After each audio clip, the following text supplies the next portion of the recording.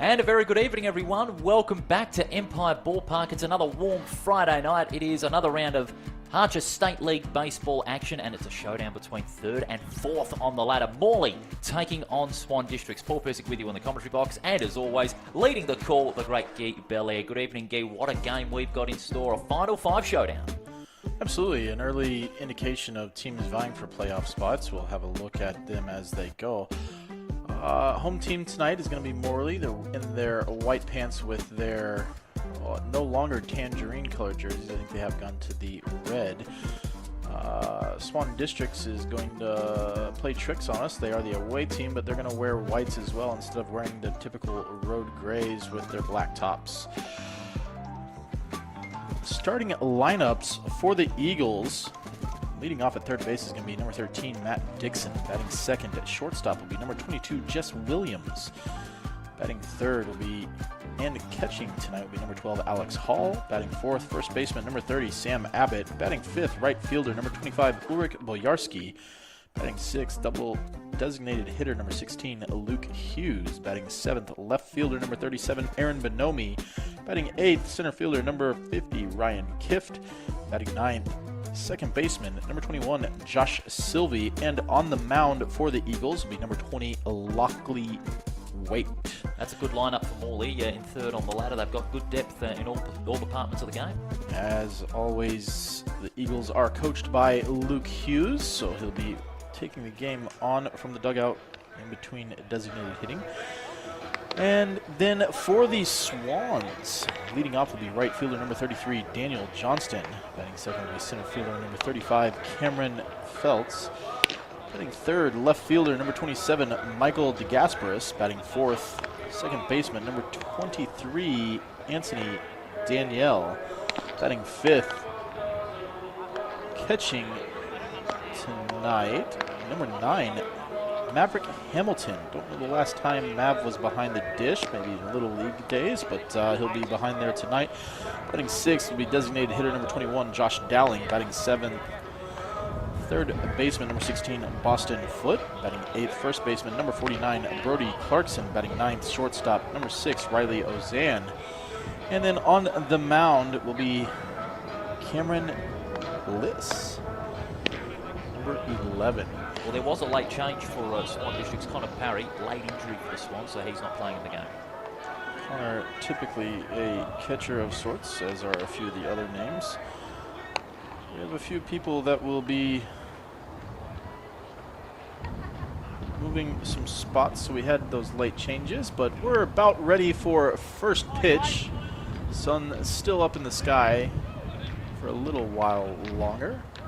Well, it has been a warm day, of course, here in Perth, reaching 33, 34 degrees. We had a little bit of rain making our way to the stadium here. We only had a little bit of drizzle, but that's not going to hinder the players too much.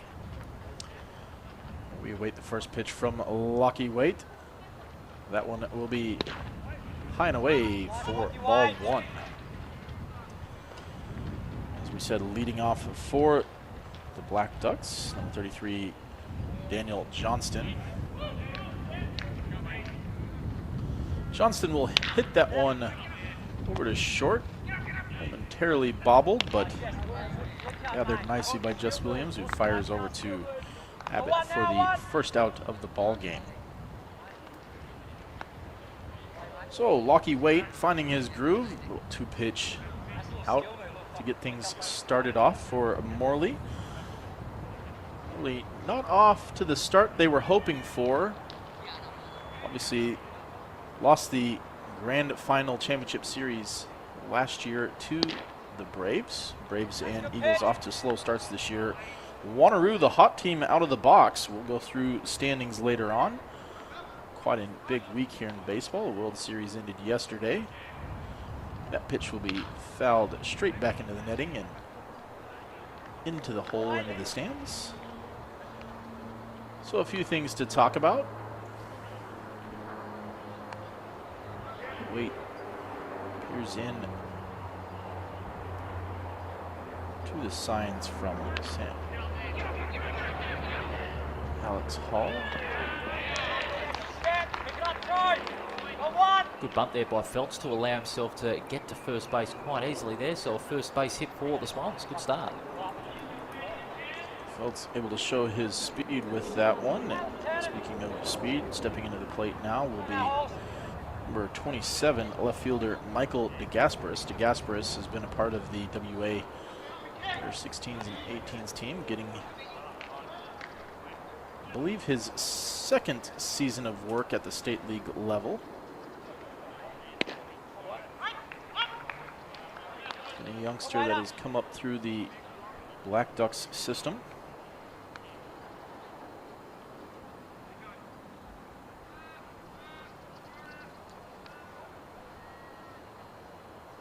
Lucky Wade's going to have the pickoff, and Phelps was dead to rights. He'd actually broken a step and a half to second base, and first base umpire Lance Kitchen said he was back safely. Phelps will be counting his lucky stars this time. Big hole on the right side. Wade going to pick off again. Not as close a play this time around.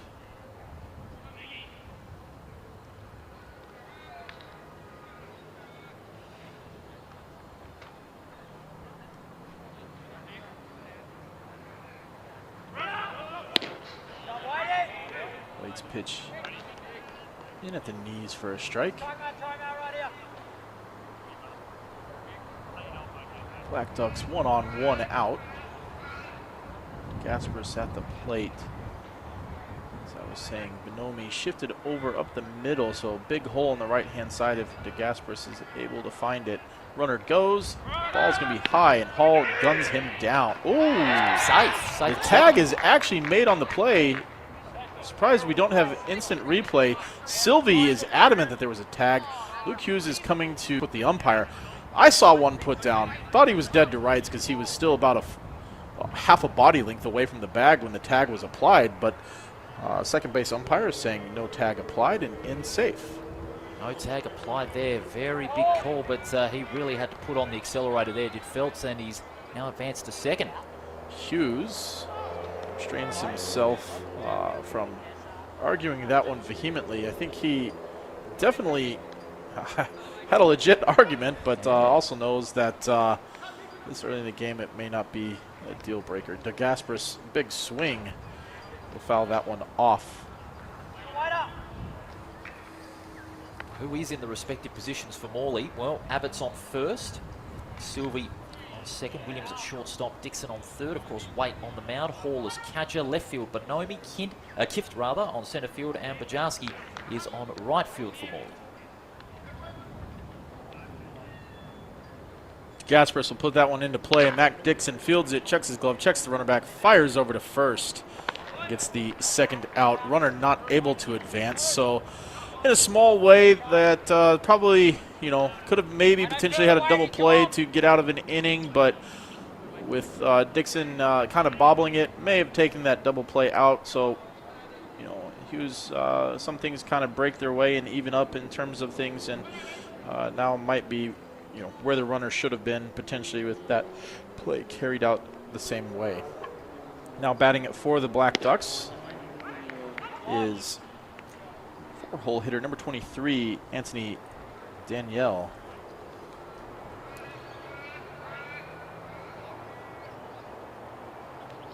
Wait, working quickly here. Does have two outs. Runner on second. That one will cross at the letters in the outside corner of the plate for a strike.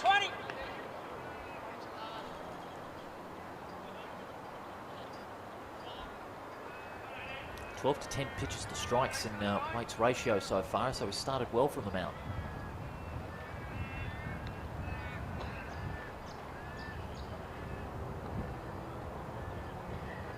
That ball will be fouled off.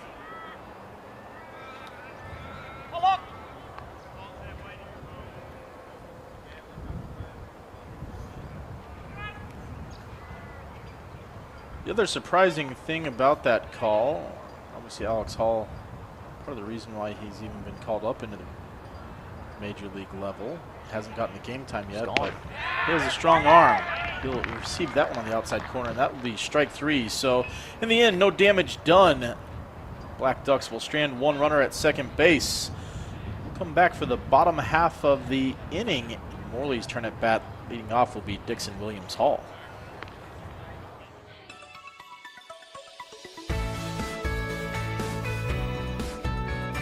With a history of going the extra mile, Harcher has been a trusted wholesale distributor since 1986. Regional service and supply is what we do best, and you'll find everyone's favourite drinks, snacks, confectionery, and so much more, all here ready to deliver. Just tell us how we can help today.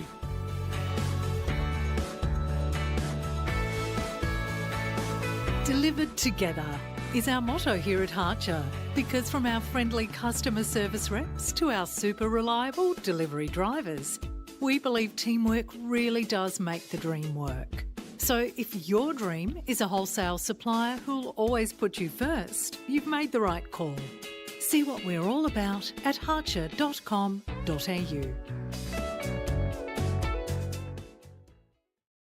About having to do it, right? You actually go. Hey, Dad. Can I have some? No, love. Good call, Dad. It's easier to say no when we all say no.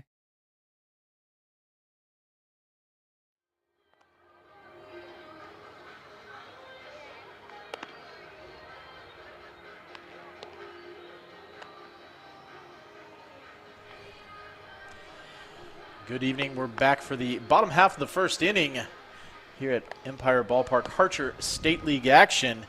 Paul, can you tell us how Black Ducks will line up defensively? Well, we're just having a look at the moment. My game judger hasn't got the fields set up for Swan districts yet, but once they come up, I will reveal them to you. But they will line up in this order. And we've, of course, got Johnston, Feltz, De Gasperis, as well as... So Johnston's going to be in right field. In center field is going to be Feltz, and the left field is Gasperis, as Paul said. And across the infield, we're going to have Dowling over at third. No, sorry. Forgot we had a couple of changes here. It's going to be Foot at third. Third. Shortstop is going to be Ozan. At second base will be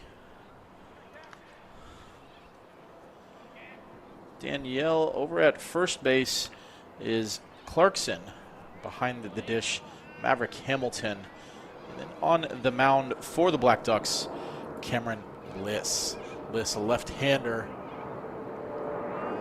Big leg kick, hard throwing. Nice little three-quarter arm slot. Just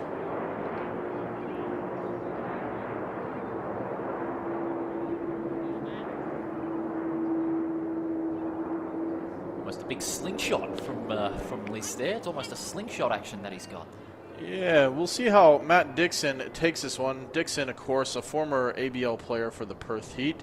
He's been a part of two state league clubs, Perth Baseball Club, before moving over to Morley, where he's been for the last handful of seasons.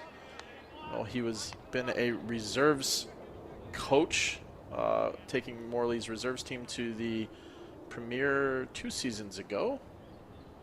Does have a brother, of course, married to Rainey, the sister of Warwick Soppold, so good baseball pedigree all around. And he will draw a leadoff walk against Liss to start the game for the Eagles.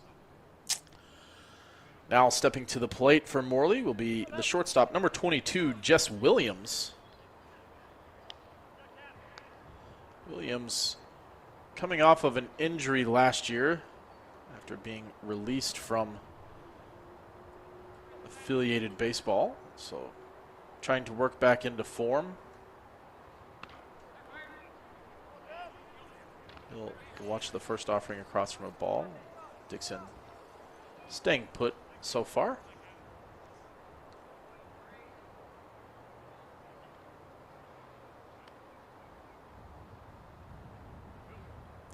Jess gets a hold of that one. A little bit behind. It's going to be deposited into the left field bullpen. Foul for a long strike. In the meantime, quickly get the standings after the last weekend of matches. Wanneroo, of course, still out on top. 8 from 8. Good start to them. The Braves second. Morley And Swan District's 3rd versus 4th playing tonight. Belmont making up the 5. And the South Perth, Rockingham, Gosnells, the UWA Magpies and Careen rounding out the bottom half of the ladder. Of course, Vic Park, Belmont went into last weekend in a higher spot. Had a rough weekend.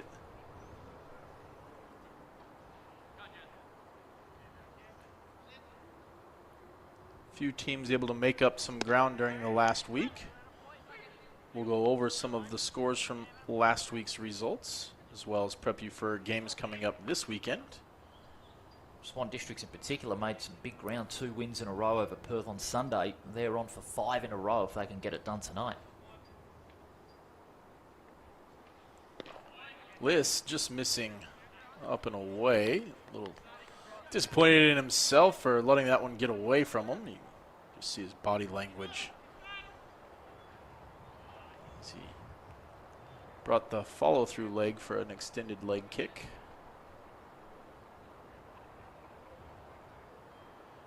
Williams, big swing and a miss. He'll go down on strikes and take the walk back to the dugout. In the meantime, coming to the plate, Helms Award winner from last season, catcher number 12, Alex Hall. Of course, some of you may have seen, Team Australia has a new partner for the upcoming qualifications in the Asia Pacific Regionals, and Alex Hall was featured as the preeminent, I guess, person modeling that one, and so the 4 and 20 pie will be making its way up to Tokyo along with Team Australia. Who doesn't love a good 4 and 20 pie anywhere in Australia? Doesn't get better than that.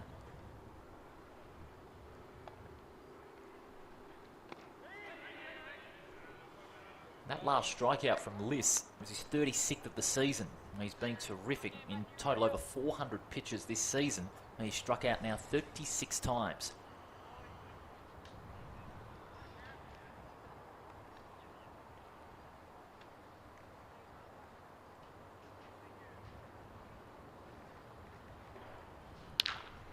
That ball will be hit foul along the left field line.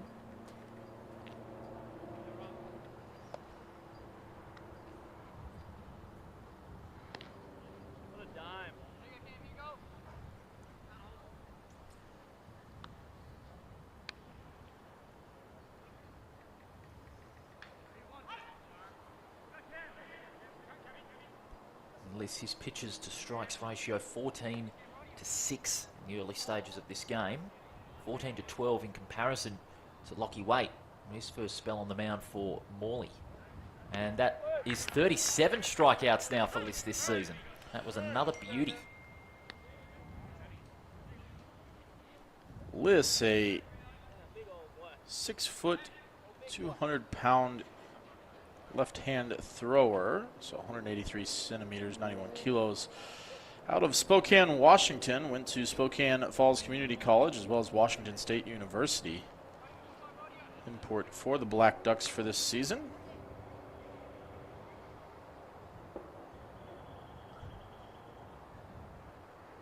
We spoke last week about this Swan District side. It's about the turnover of college players that they have this season. Can they remain on this run of form that they've had? That's going to be a big question heading into the second half of the season.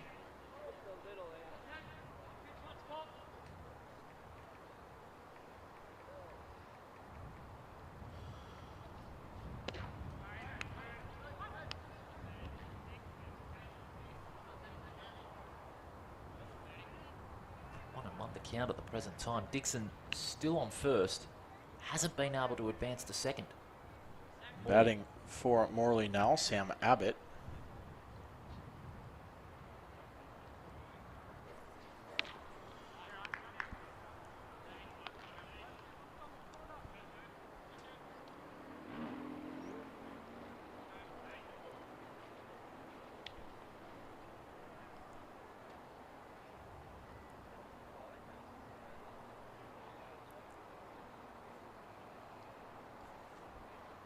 Abbott will foul that one off.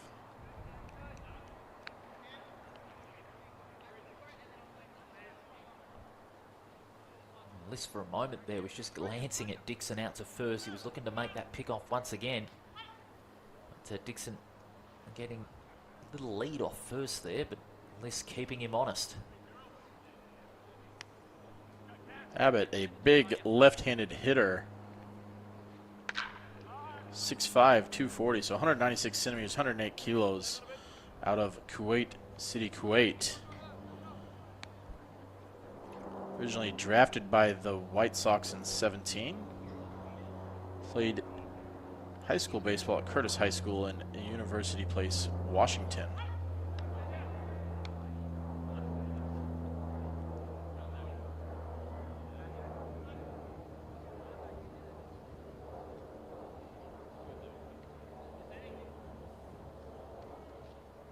Has to be said, both teams are stacked with talent here tonight. As he said, Liz, Spokane, Washington. Abbott was originally from Kuwait City. That one's going to be another foul, and it's right out of the park.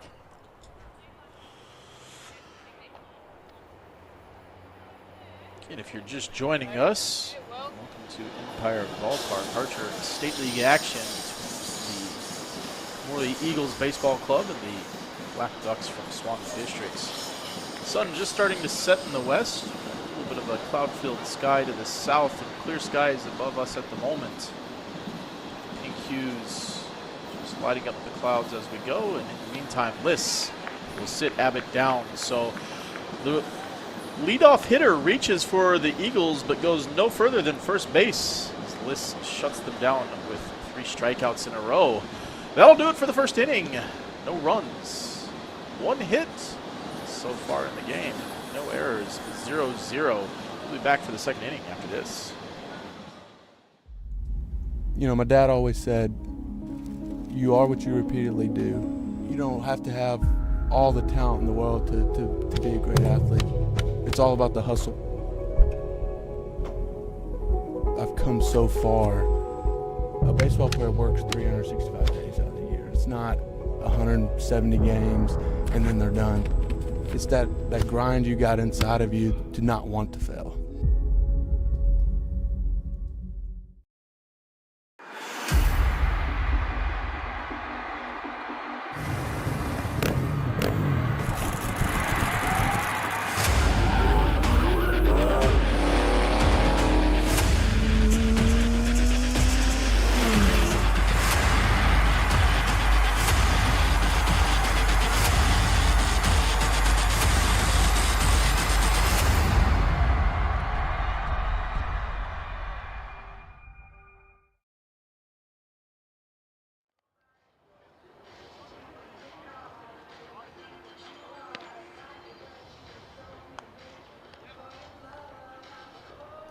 Good evening. Welcome back to Empire Ballpark. We're ready for the second inning here. Black Ducks versus the Eagles. 3 versus 4 on the ladder. So we're in for a good ball game, and if the first inning is any indication of that, both pitchers found their grooves. Both gave up 1 base runner. The Eagles allowed that runner to reach second on a somewhat questionable non-call of Alex Hall throw out, but no damage done. Eagles got Matt Dixon aboard on a leadoff walk, but then the next 3 hitters were struck out by Cameron Liss. So both pitchers look like we're in for a pitching duo this evening. It could be tonight between Wade of Morley and Liss for Swan Districts, both in terrific form this season. So we could see a battle of those pitches for both sides as that one's fouled. There was an interesting theme on MLB this week because they were talking about there was interesting story, and it was being that the Diamondbacks were in the World Series and some of the different people that were in the World Series. Years ago, towards the end of that ball's going to be hit into play into right field. Ulrich's got a beat on it. It took 1 step to his right and made the catch. So leadoff hitter retired. I believe that was Maverick Hamilton leading off the second inning there. Now batting is number 21, Josh Dowling. There was the Diamondbacks versus the Dodgers, and people had gone to the game expecting to see a Hall of Fame matchup between Greg Maddux and Randy Johnson. Both Hall of Famers were scratched. First pitch going to be swung on and fouled up the chute. and out of play. Josh Dowling quickly down in the hole, 0-1. And it was replaced by a young matchup that ended up being a potential early Hall of Fame matchup. Nobody knew at the time, but Max Scherzer against Clayton Kershaw. Scherzer and Kershaw. Who would have thought that they'd be two legends of the game later down the track? So you go to the game thinking you're getting Greg Maddux versus Randy Johnson in the twilights of their careers, and instead you got to see a future Hall of Fame matchup, and obviously with Scherzer going down injured, no longer a part of the Rangers. World Series win. Slow hopper by Dowling will be fielded by Jess Williams. Takes his time, throws him out for the second out, so the Black Ducks quickly down 2. And on the subject of the World Series as well, a huge congrats to the Texas Rangers. They got it done, their first World Series title in franchise history. 63 years in the making. 63, so wow. If our fellow commentator Dan Vaughn is tuned in, Danny Vaughn, I know you're celebrating, getting ready to go to the parade that will probably be taking place, I think it's today in Dallas. Obviously, yes. with nighttime, it's in the morning there. The happiest Rangers fan in Australia. Definitely. Well, he's not in Australia at the moment. He might be attending that parade. So obviously Dan Vaughn from the Dallas area. We don't know if he'll be coming out for the heat season this coming season, but for all of you that are West Australian baseball fans and familiar with Dan Vaughn, congrats to the Texas Rangers. I know Lee Godfrey was a fan. I believe that was Amanda Murko's first MLB game. I think I saw on a post there. So few people having experienced Globe Life Field. That ball is going to be fouled. Line drive rocket shot. Your first MLB game and you win a World Series title. You can't think of a better debut.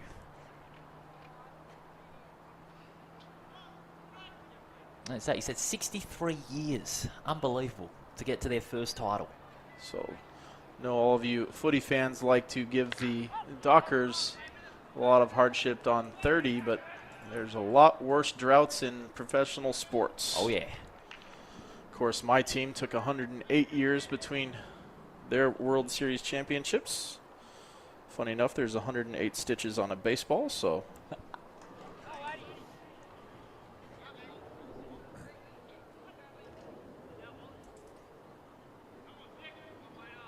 Lucky Wait working quickly with 2 outs. That ball's going to be hit hard into center field.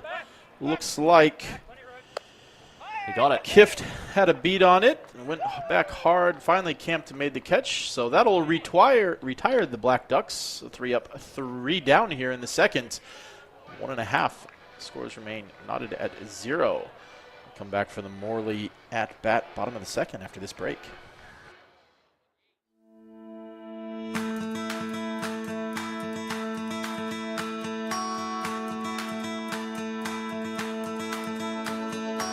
Good Sports provides a great deal of assistance to all associations.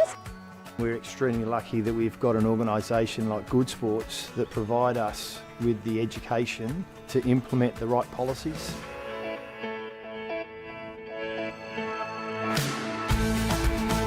The guidelines and resources that are available to us free of charge on the website are fantastic. Easy to navigate, amazing to use, an excellent source of information for our members and our volunteers. Good Sports has been great because they've been able to provide us a guideline to follow, and it's been a lot easier rather than setting something up from scratch. We've also been able to promote our club and get new members in and sponsors, and to know that we're doing the best we can for the community.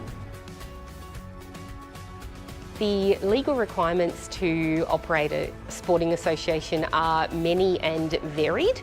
Good Sports provides simple, straightforward procedures to ensure that we comply with those obligations.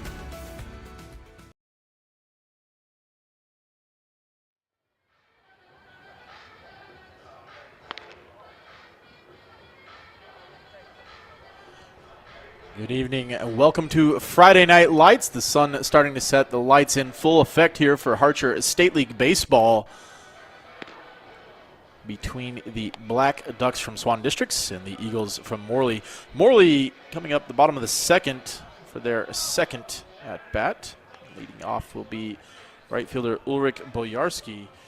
But, Paul, what do we have looking forward to games this weekend? I'll tell you what, it's going to be a huge weekend of Harcher State League baseball action, especially when the battle for the 5 is going along quite nicely. Of course, we had the double between Swan Districts and Perth last Sunday, and we'll have a couple of those throughout the rest of the season. First of all, as we see Liss get another strike. He's been in sensational form with that slingshot action. So on to November 2023, we've got Rockingham taking on Perth on Sunday, but later tonight here at Empire Ballpark, South Perth taking on Vic Park Belmont. Both teams on a couple of losing runs at the moment. Then Gosnells take on the Braves on Sunday. Kareen battle UWA. Swan Districts go to Managerial Park to take on the unbeaten Giants, and then another Rockingham Rams Perth double. In fact, Gosnells and the Braves as well playing that Sunday double. Vic Park Belmont playing Morley at Crimea Park, and then of course Kareen and UWA having their second hit out of Sunday at UWA Sports Park. It is a stacked Sunday of action as part of the round of action of Harcher State League baseball action. The season's going along quite nicely. Yeah, absolutely into full effect, and rounding out the first month of the season. Of course, we got things started with the gala weekend at the end of September, and now the first full month with October in full force. And it's a good concept, this gala weekend, isn't it? You know, to begin the season. Yeah, it's nice to get all the teams down to the ballpark, be able to see the action. I think the pitching was a little bit behind. Normally, it comes out on top. We saw some teams get off to nice starts, and some did have the cold at bats. Obviously, UWA Wembley, or AK, formerly known as Wembley, got off to the hot start last season, and Wanneroo started in that 0-5 hole. The Giants apparently learned from that and have done the opposite this year, starting off with 8 wins on the season thus far and trying to run away from the rest of the crowd early on. Of course, Morley kind of bunched up here. Morley, the Braves, Swan Districts. We'll see how some of these teams jockeying for these positions go, because again, as we said, the heat will get started in later on this month, and some of these players won't be available to these teams during that stretch for the ABL season, so we'll have to see how their depth appears. South Perth we talked about as well. They had about 4 players from Perth Heat in the game we did last week between South Perth and Rockingham. The turnover, how they bounce back from the turnover of the loss of Heat players is going to be very important as well. And one of the big ones is obviously playing here tonight is the Morley Eagles. They will too have at least 4 off the top of my head, if not a few more. I'm just trying to review it down the lineup. But their bench is a stacked bench, and so where some teams may not have the depth, Morley has the players waiting in the wings to come in. Some in cases even waiting in the wings to get their opportunities for the rest of the season. Hughes batting. Patient hitter. We'll watch that one at the top of the zone.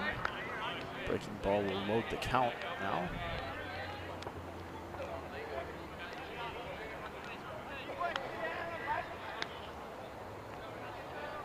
This is allowed the leadoff runner to reach both innings. Hughes tries to punch that one down the right field line. Will be a little bit late, and that one will have enough English to get out of play foul. Don't often see Luke Hughes with a check swing contact, obviously fighting that one off, not wanting to be rung up by the umpire, so wasn't trying to do too much but get another pitch. He won't miss that one as he'll deposit that, a line drive in front of left fielder Disgasparis, and Luke Hughes will move Bojarski over to second. So Morley knocking on the door, runners first and second. Now stepping to the plate will be left fielder number 37, Aaron Bonomi. Depending on if Morley is wanting to put pressure on the Black Ducks, I was just about to say that, thinking about the bunt, and in the meantime, Foote will come inside the base path, as will, I think that's Danielle over at first for the Black Ducks. So the corners will be in. Middle infielders playing double play depth. Bonomi does square around, pokes at it, does not. I don't know if he made contact and it went into Hamilton's glove, but I think he actually missed it. Didn't get to see the replay on that one. But nevertheless, he'll be in an 0-1 hole, and Black Ducks will be a little bit more assured that he's probably bunting like I thought he would be. Well, it's Clarkson on first for Swan Districts, and just on shortstop there, number 23 and Danielle going inside of that area, looking for that quick out. They do need this one because Morley, first time in this match, got some drive from the middle of the lineup. It's just going to be how they back it up.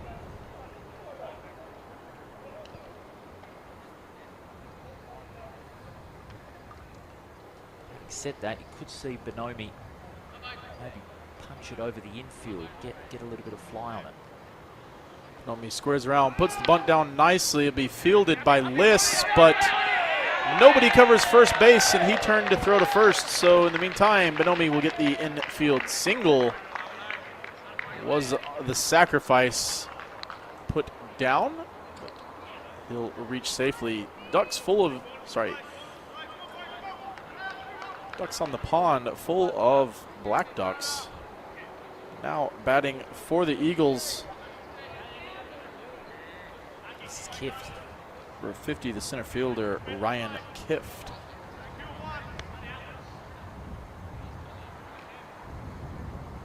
Kift, who has a broken bat, sawed off in half, and I saw the ball go flying, but it went foul. The bat went careening after splintering in half, and will be retrieved there by Ozan, and he will walk that one out. Kift will go retrieve another at-bat for his at-bat. Well, there's a first that I'm happy to see. First time I've seen a broken bat in state league competition. Chuck that one up to Liss. Liss has done well. It's got a lot of movement on his pitches, so you get that one off the end or in on the handle, and it will do exactly that one. Kift not swinging at that one. Will have a strike on the inside portion of the plate. So quickly down 0-2. If you're just joining us, scores leveled at 0. This is the first real scoring threat of the ball game. Bases loaded here with nobody out here. Bottom of the second.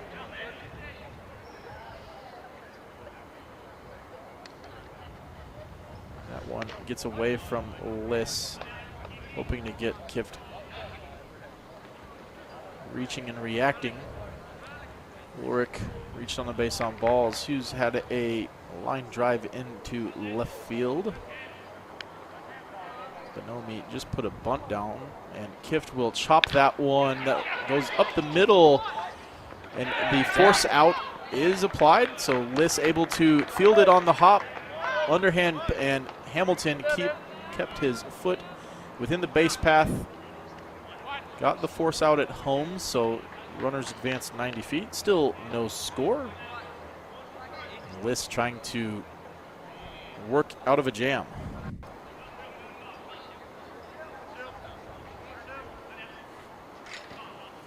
Now, Liss is having a terrific game so far. 3 strikeouts in the game. And he's really doing all he can to stop this first scoring threat of this game for Morley. That's a big impact that he's needed to make. Now batting for the Eagles, 9-hole hitter number 21, Josh Sylvie. Sylvie, of course, if you were watching, put the tag down on Feltz in the first inning. Did not get the call. So a stolen base by Feltz.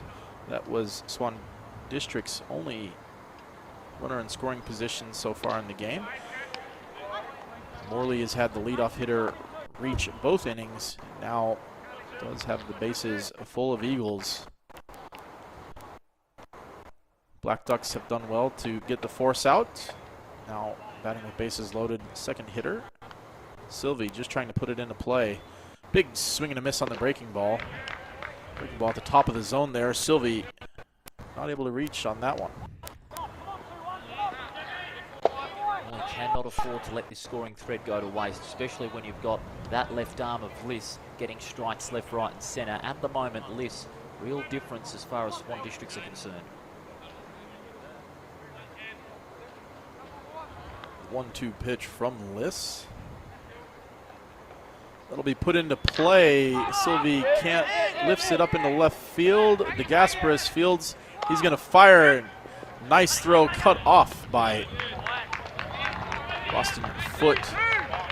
No runner advancing on the play. Obviously, DeGasperis with a strong arm out there in left field. Did his part. Ball not hit too deeply as Sylvie got under it. Only about a third of the way off of the infield dirt.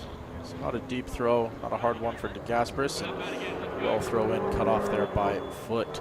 So 2 out now after loading the bases. Now batting his second time up. He's got 1 base on balls to his name, Matt Dixon. Dixon will watch the first offering, the breaking ball.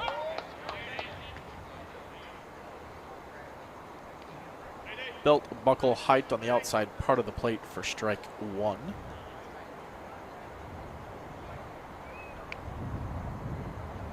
That ball up the chute. It's going to be camped under by Clarkson. He will move left, move right. Camp under it and make the 3rd out. So the Eagles leave him loaded in the 2nd. After 2 complete, no score. Great ball game on our hands. We'll be back after this break.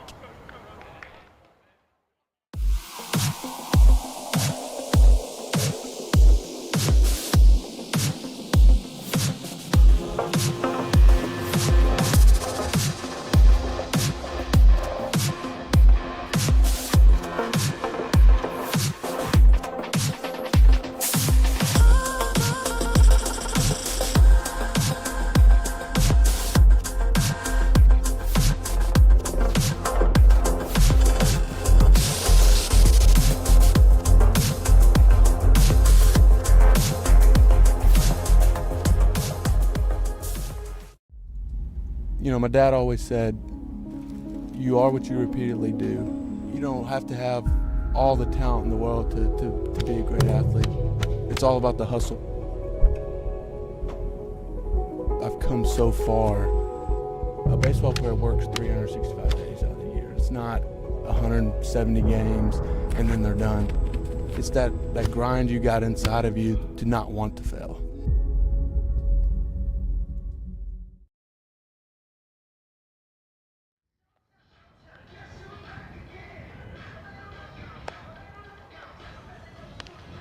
Good evening. The sun just starting to hit that last stretch in the sky. We're at Empire Ballpark.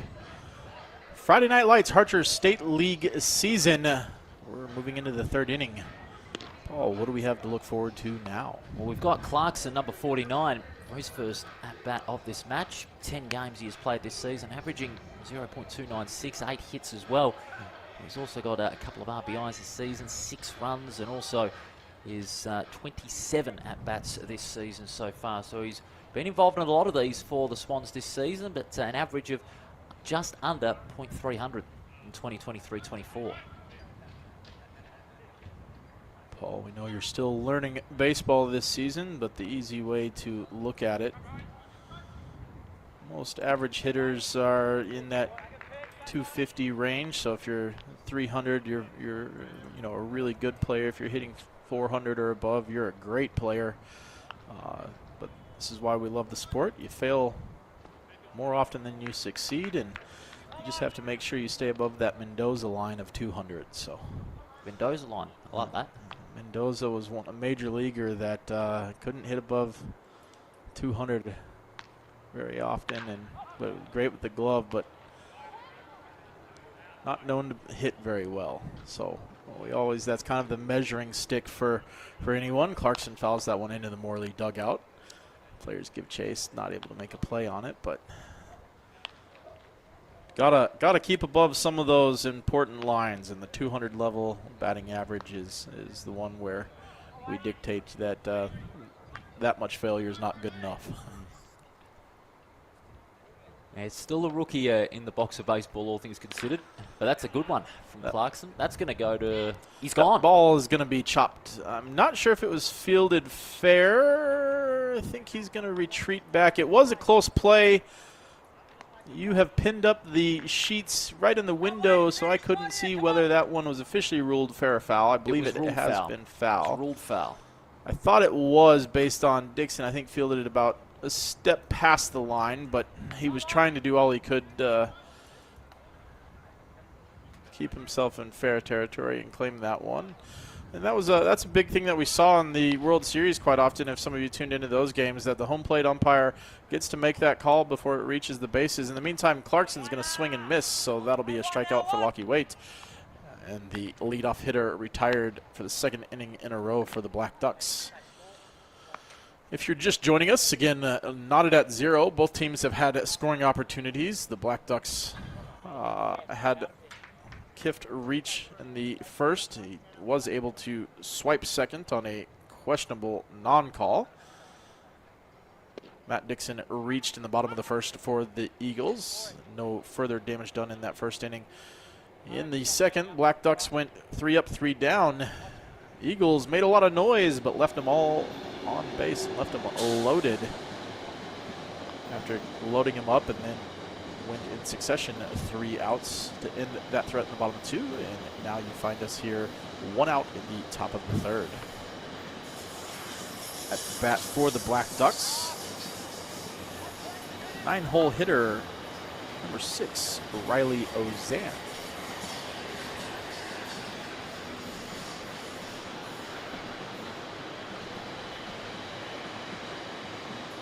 Ball going to get under Alex Hall through the 5-hole there.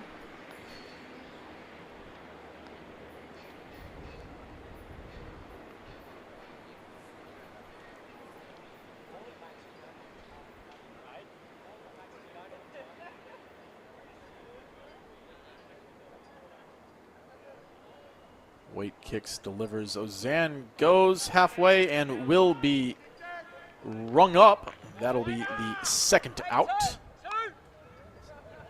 Second strikeout as well for Waite. Wasn't too pleased, Ozan, with that one himself. You could see him just dropping his head there. That was a bit of a tough one. Let's see, a few of the Braves have tuned into tonight's broadcast.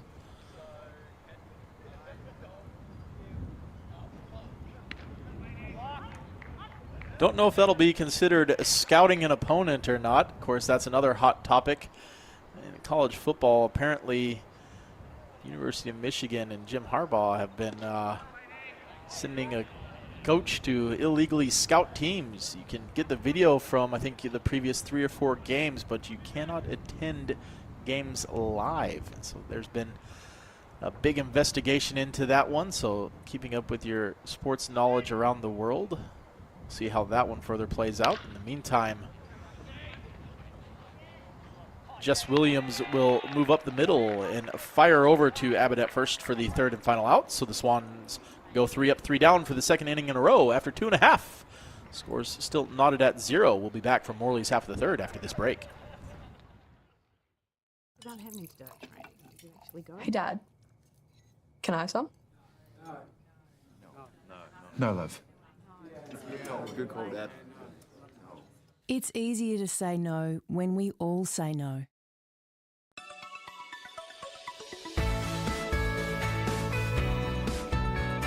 With a history of going the extra mile, Harcher has been a trusted wholesale distributor since 1986. Regional service and supply is what we do best, and you'll find everyone's favourite drinks, snacks, confectionery, and so much more, all here ready to deliver. Just tell us how we can help today.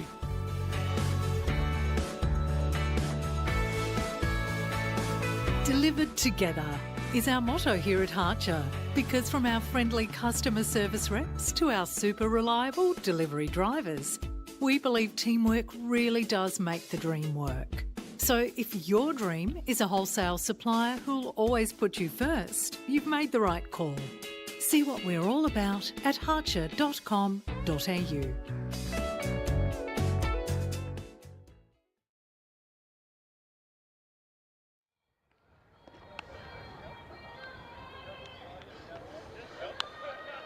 Good evening and welcome back to Empire Ballpark.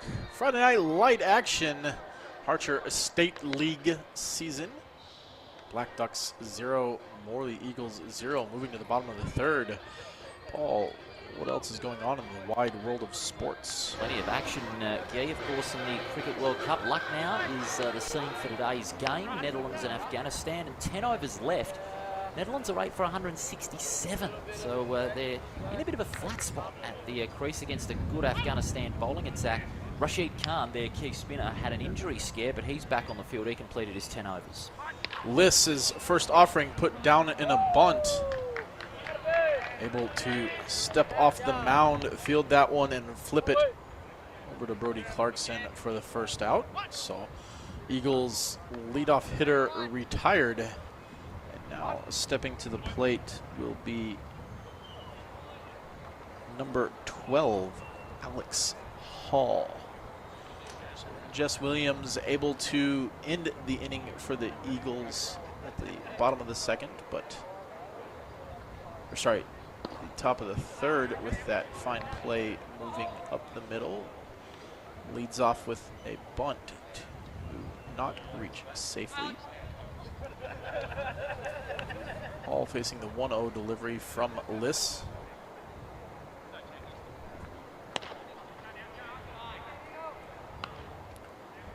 Well, we are at it, Guy. Of course, we had some NBL basketball action as well. A couple of games today. New Zealand defeating Cairns 91-81. The reigning champs Sydney Kings handed out a basketball lesson to Illawarra Hawks 103-83, and our Wildcats, they face a must-win against Adelaide. That ball hit. is driven deep, but it's only going to be warning track power. Alex better re-sign up with Diamond Fitness here this offseason. Leaves that one a few feet short in the deepest part of the ballpark. The Gasper's able to track it down for the second out. That'll bring to the plate number 30, the big left-hander, Sam Abbott. Big hit. Big hit. As I was saying, of course, Sydney Kings handing out a lesson to the Hawks, and of course the Wildcats. Perth Wildcats, big game against the 36ers here in Perth tomorrow. Must win for Perth, or otherwise there's more trouble brewing. Yeah, I think the news around Perth, quite a few different stories. They're wondering if Gleason would come back, and not happy with current coach's standings. Of course, Bryce Cotton been around for a while. A few things floating around. Wildcats not used to missing out on the playoffs, and ever since missing out last year, not trending in the right direction to get back. Well, 2 years in a row, for that matter, after 36 years straight in the playoffs. So the Wildcats, like the West Coast Eagles in the AFL, not used to being at the bottom half of the ladder that far down so consistently. Abbott gets under that one, pops it up into shallow right field. Danielle will drift back far enough and make the play just in front of Johnston. So that'll do it for the Eagles here in the third. Their first 3 up, 3 down. Just like that, 0-0 after 3. We'll be back after this quick break.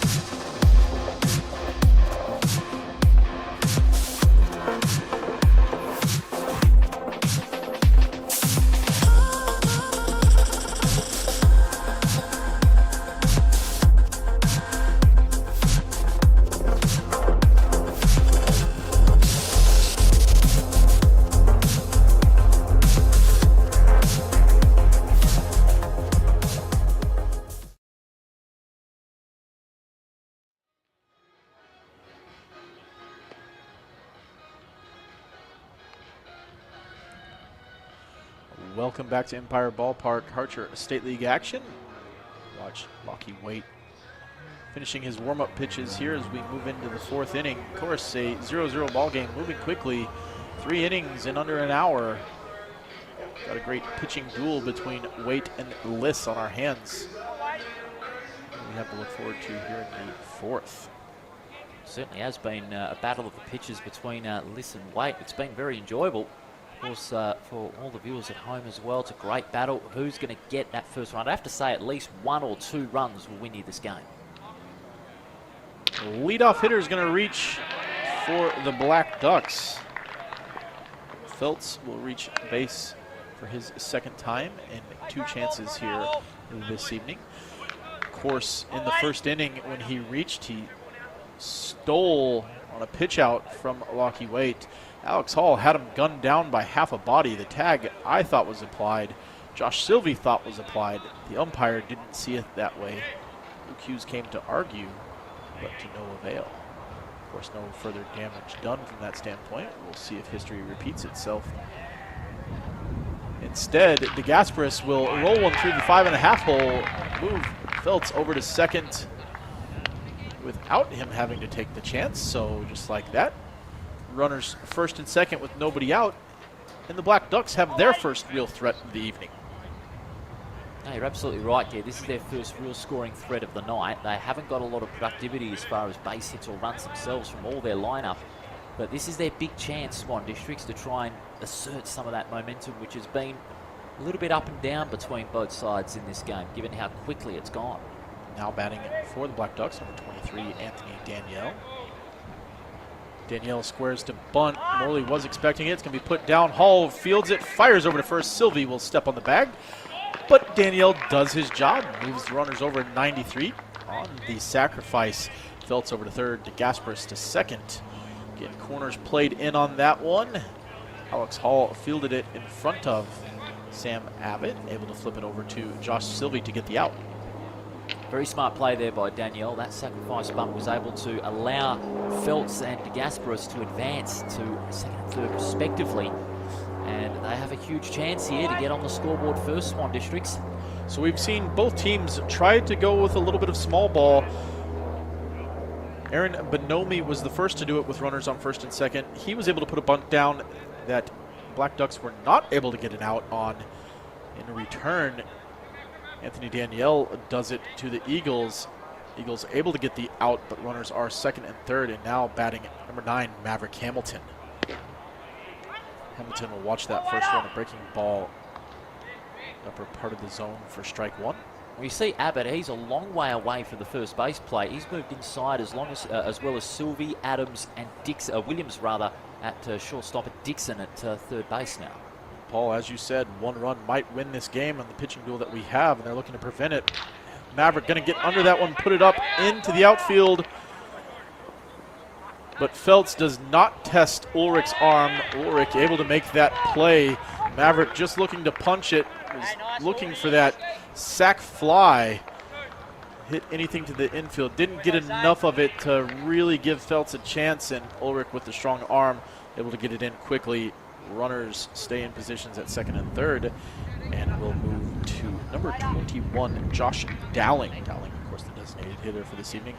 Infielders now no longer cutting that run down, trying to get the 3rd out to get out of the inning, so they'll play normal depth, normal positions.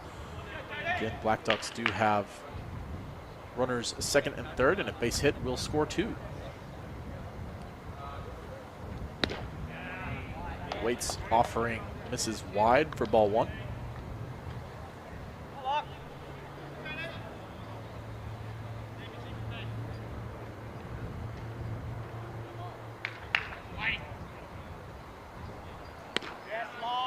That offering catches just enough of the inside part of the plate for strike 2, so Dowling in that hole. 0-2 to Lockie Waite. Again, if you're just joining us, we're in the top of the 4th inning, moving along quickly. Black Ducks with their first real scoring threat here. Runners 2nd and 3rd, 2 outs. Dowling facing Waite. He'll swing and foul that one off to stay alive.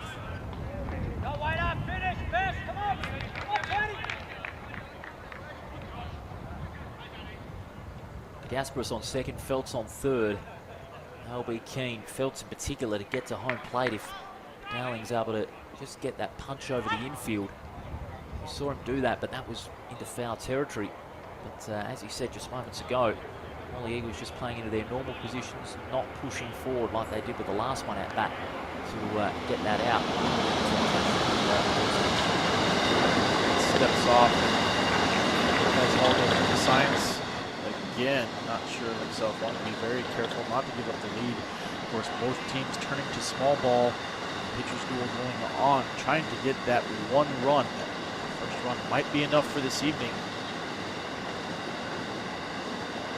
Wait, after working ahead quickly 0-2. Evens the count with the ball in the dirt. 22 now to Dowling.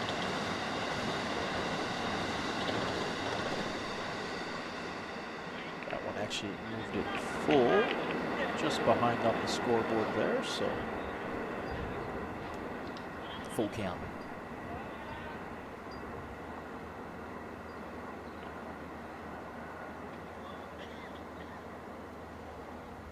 Dowling will chop that one, and it will be just foul.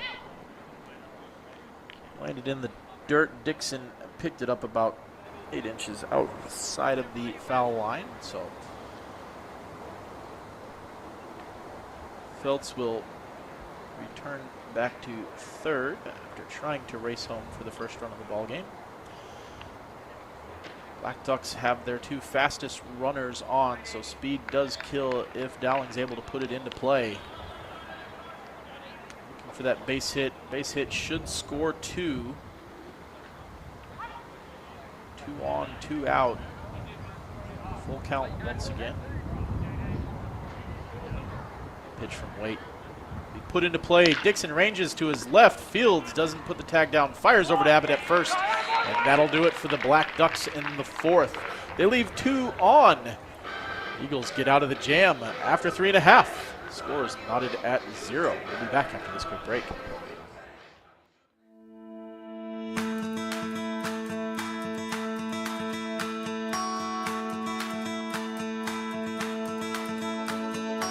Good Sports provides a great deal of assistance to all associations. We're extremely lucky that we've got an organisation like Good Sports that provide us with the education to implement the right policies.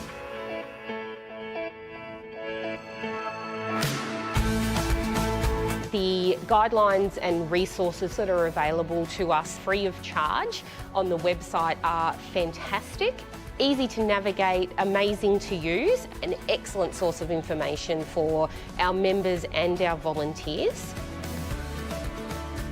Good Sports has been great because they've been able to provide us a guideline to follow, and it's been a lot easier rather than setting something up from scratch. We've also been able to promote our club and get new members in and sponsors, and to know that we're doing the best we can for the community. The legal requirements to operate a sporting association are many and varied. Good Sports provides simple, straightforward procedures to ensure that we comply with those obligations.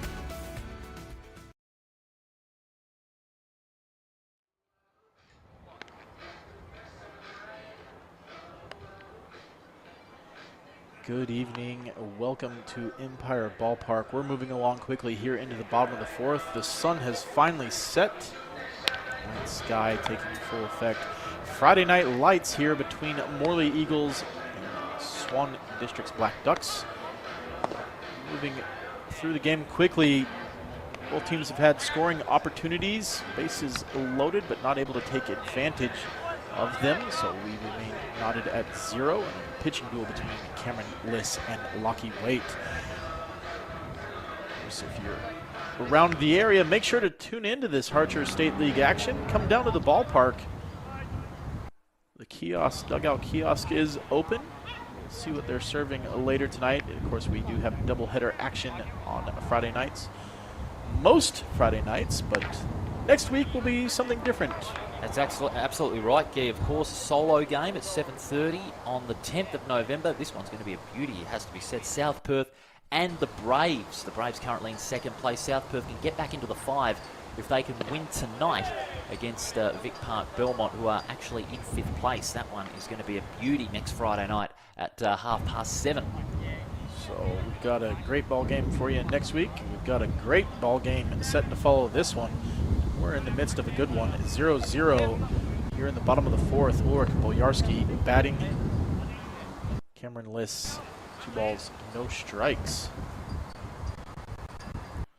Bojarski gets under that one. It's going to be hit a mile into the sky, but it's going to be camped under. DeGasper able to make it into shallow left field just behind Riley Ozan.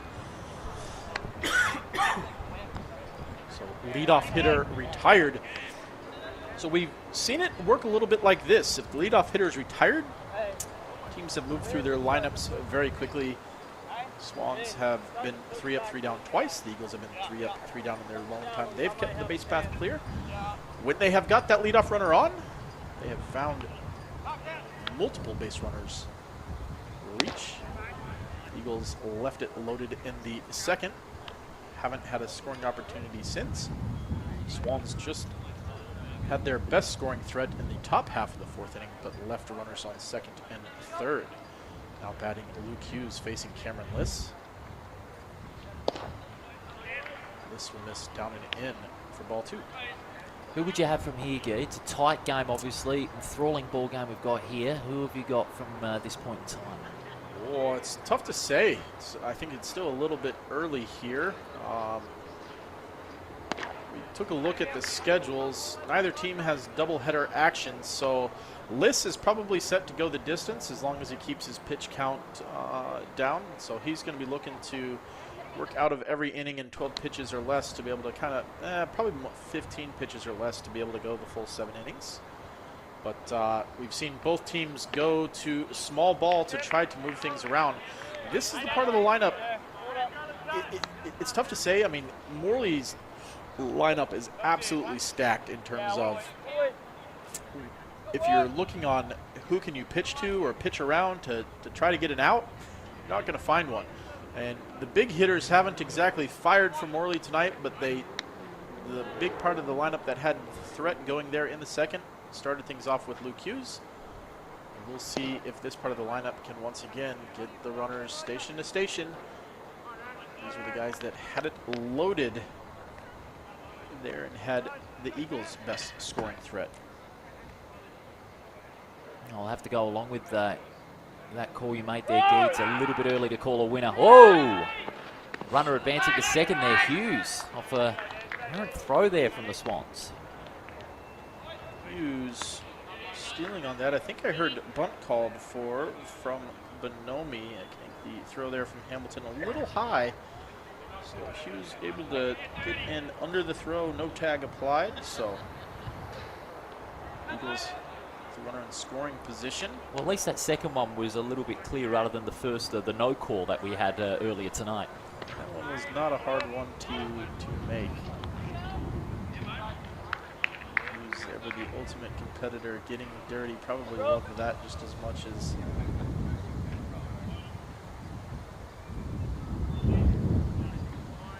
anything. Of course, he's probably be able to hang that one into the clubhouse and go, he still has wheels even as he continues to move up in the age department. Some guys would be falling and breaking down, and he was still going strong.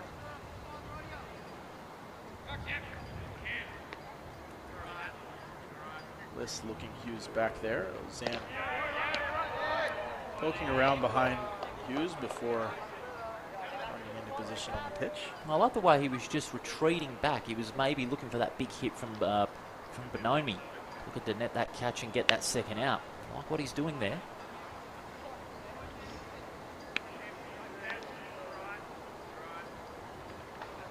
Bonomi will draw the base on balls. The Eagles, after the leadoff out to start the inning, have runners first and second now. Coming to the plate will be center fielder number 50, Ryan Kift.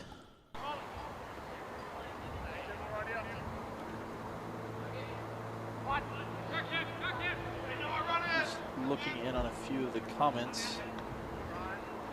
People are saying Alex Hall is due, and not far off. Last at bat took it to the deepest part of Empire Ballpark, but bring track power tonight. Of course, the wind blowing in from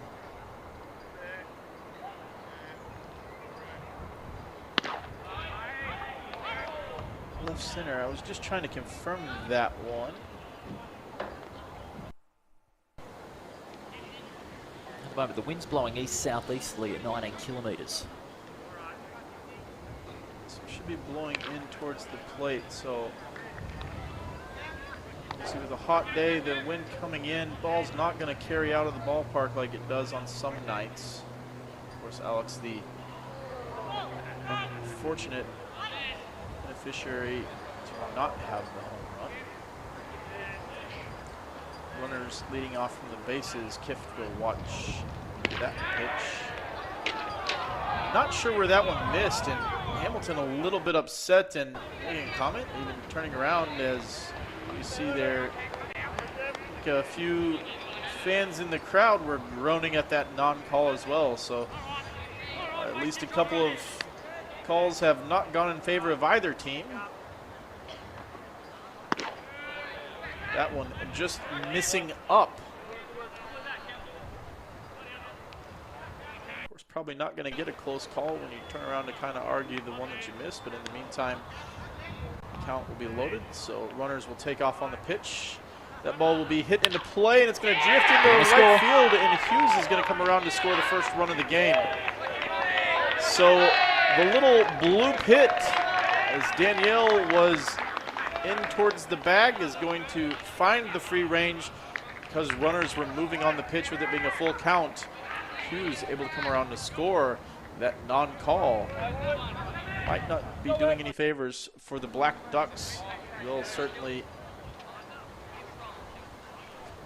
take a few minutes to kind of recompose themselves and make sure that it doesn't snowball down the hill and have momentum really go to Morley's favor. Morley, runners on the corners, now batting Josh Sylvie.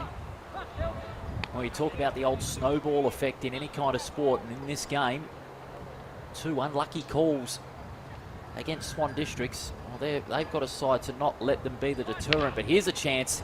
Sylvie puts the bunt down, but right back at Liss. Liss turns to each base to make sure the runner stayed at third. The runner going to second, he didn't take the chance to throw it into center field, secures the out. So 2 out, runners second and third. And now turning things over to the top of the lineup, 13, the Bulldog, Matt Dixon. They've got to get this third out, Swan Districts, if they want to have a chance of getting that run back and leveling it up. They've got to get this out very quickly, because at the moment Morley are on the crest of a wave. Of course, some of those comments are talking about what Alex Hall did over the weekend. He may have crushed one on the weekend, but he only had warning track power earlier this evening. 7 RBIs in his last game. Just a little tune-up there for taking the 4-20 pies up north.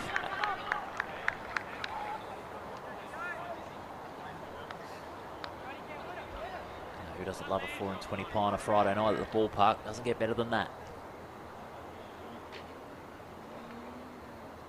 Matt Dixon will swing, shot that one foul.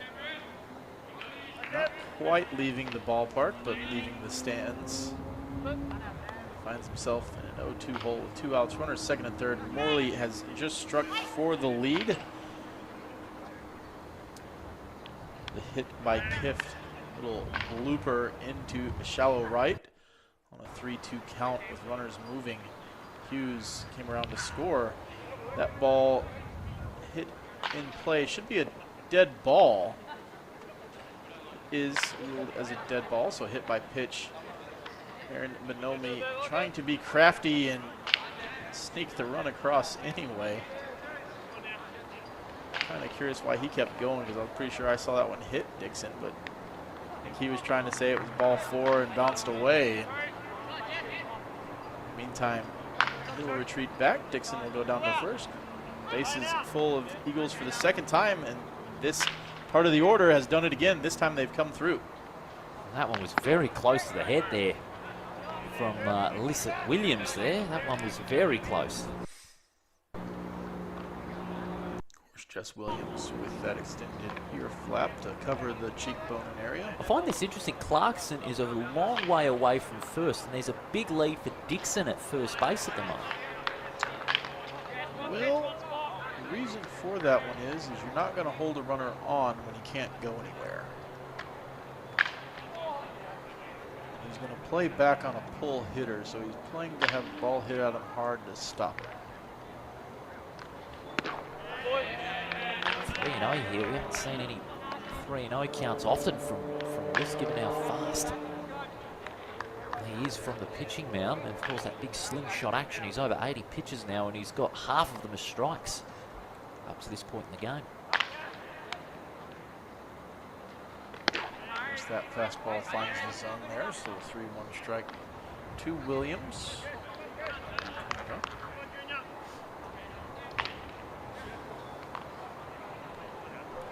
Just has the green light here on the 3-1 pitch. He does indeed, and he just misses that, pops it up. It'll get out of the field of play and just shy of the bullpen area. Cameraman couldn't quite track it all the way. Got another comment here again on Alex Hall. Corey Tisdale, shout out to you, Corey. Just another day at work for Alex.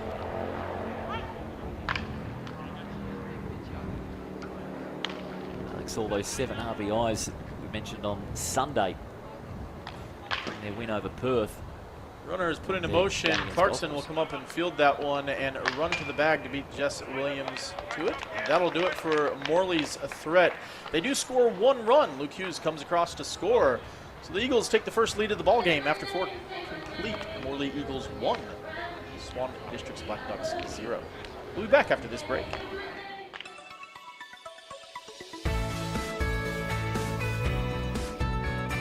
With a history of going the extra mile, Harcher has been a trusted wholesale distributor since 1986. Regional service and supply is what we do best, and you'll find everyone's favourite drinks, snacks, confectionery, and so much more, all here ready to deliver. Just tell us how we can help today.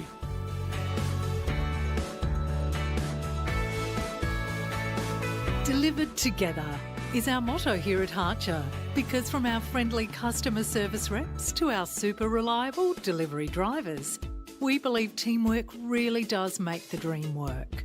So if your dream is a wholesale supplier who'll always put you first, you've made the right call. See what we're all about at harcher.com.au.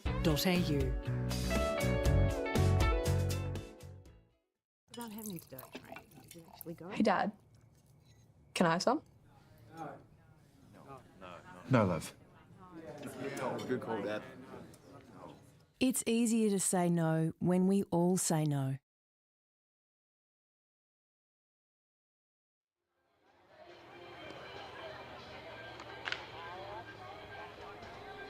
Welcome back to Empire Ballpark. Friday Night Lights, Harcher State League action. We're through 4 innings. Morley Eagles have just taken the lead after Luke Hughes across the plate.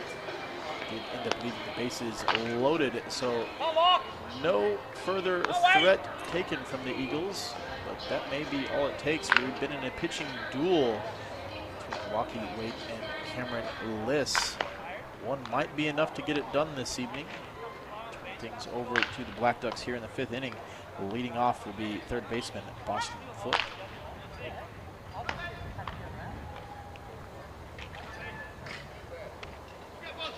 Big innings this one for Swan Districts. They can get that level up and they can get that momentum back. They've got to get some drive from all of their lineup. They haven't had a lot so far in this game. They only had the 1 base hit throughout, but their pitching is keeping him in the game. Cameron Liss has been magnificent on the mound. The Black Ducks do only have the 1 hit. Boston Foote trying to do his best and not able to get to it. That one went off Lockie Wade. I think it hit him on his shin. Bounced far enough away. He tried to chase it down and went with the backhanded flip to try to get it, but not in time. Hughes going to come out just to check on his pitcher. Won't even make it to the dirt as he's waved off saying I'm fine. So see if Wade takes one warm-up pitch just to be certain. I don't think he's going to. In the meantime, Brody Clarkson awaits the signs.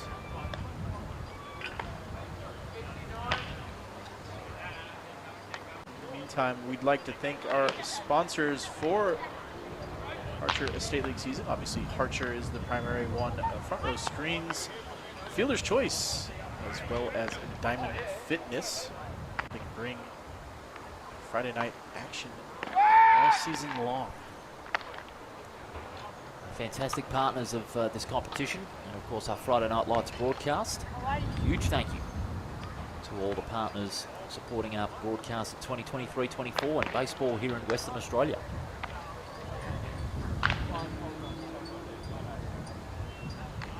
Clarkson gets that one down, but not in fair play.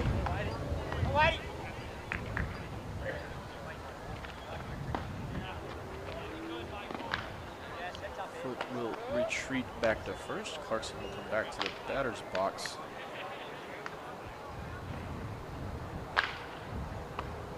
As you said, Black Ducks needing to gain some momentum here. Trying to have something started with these 7, 8, 9 hitters.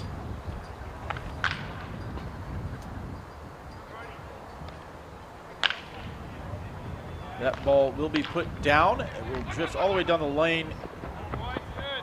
Sam Abbott will field it and tag Clarkson, but Clarkson stops to make sure that Foot can get to second safely. So the sacrifice bunt will move the runner into scoring position. And now Riley Ozan will be looking to get him over, get him in. So his minimum job is to get that runner over to third. Looking for something to find a gap or get into the outfield to get him there safely. Or something on the right side of the infield. He'll watch that first one across the inside part of the plate, breaking ball for strike one.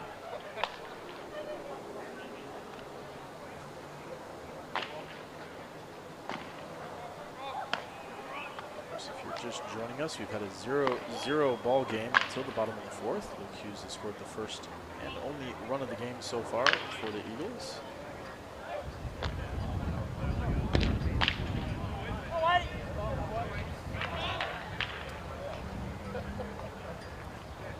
Right at the moment, having the better pitches to strikes ratio at the present time compared to Bliss 57-43.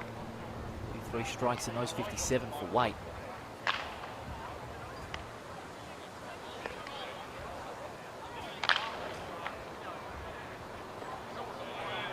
I'll attest that to, again, every batter within that Morley lineup is a threat. And so you're having to have an exhaustive workload because every at-bat has to be a carefully pitched at-bat, whereas I think Waite can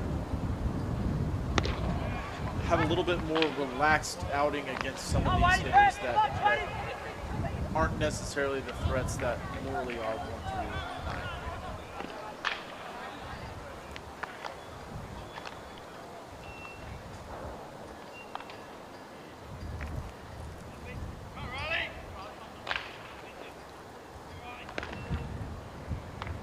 Riley doing a good job in his own right to watch pitches. I think we'll have a 3-1 count coming his way now. And the Black Ducks, while young on this season, a lot of young kids still on the team, holding their own and certainly taking it to a team that has been one of the major three year in and year out. Ozan puts that one in play, and Jess Williams not able to field it cleanly. Will hit the heel of his glove and bounce away from him. And Swan Districts will have runners first and third with only one out. They'll turn things over to the top of their lineup now. Well, that's a mistake that Morley could have ill afforded to make. It now gives Swan Districts a chance to get back into the game. Not only have a chance to level it up, but to take back the lead possibly if they can keep getting these base hits. Luke Hughes will waste no time. That'll be it for Lockie Waite. So we can't close the book on him, but that'll be his evening done. He is responsible for the two runners currently on. And in the meantime, the call to the bullpen. Bring in the left-hander.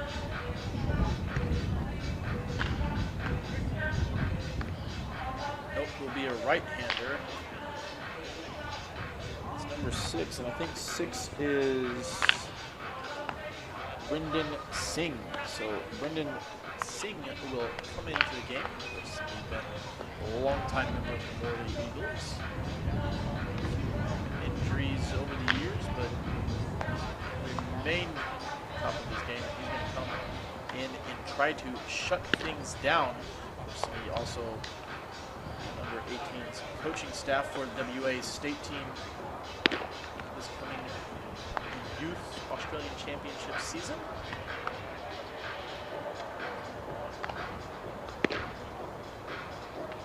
We'll stay with you while Singy warms up. And Paul, what's Singy done on the season? Well, having a look at his season stats so far, 6 games in the season. He's pitched a total of 13 innings. And having a look at his strikeout tally as well, he's struck 12 batters out. He's only conceded 6 runs as well.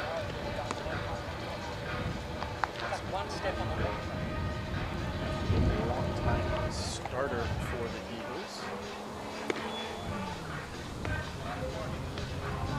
Eagles worked their way through the lineup twice through wait as they turn things over for the third at bat. This is Stivey. Have a pitch hitter enter the game. This will be 24 Jackson Stivey. Jackson sporting the long bullet, fetlocks flowing out of his helmet.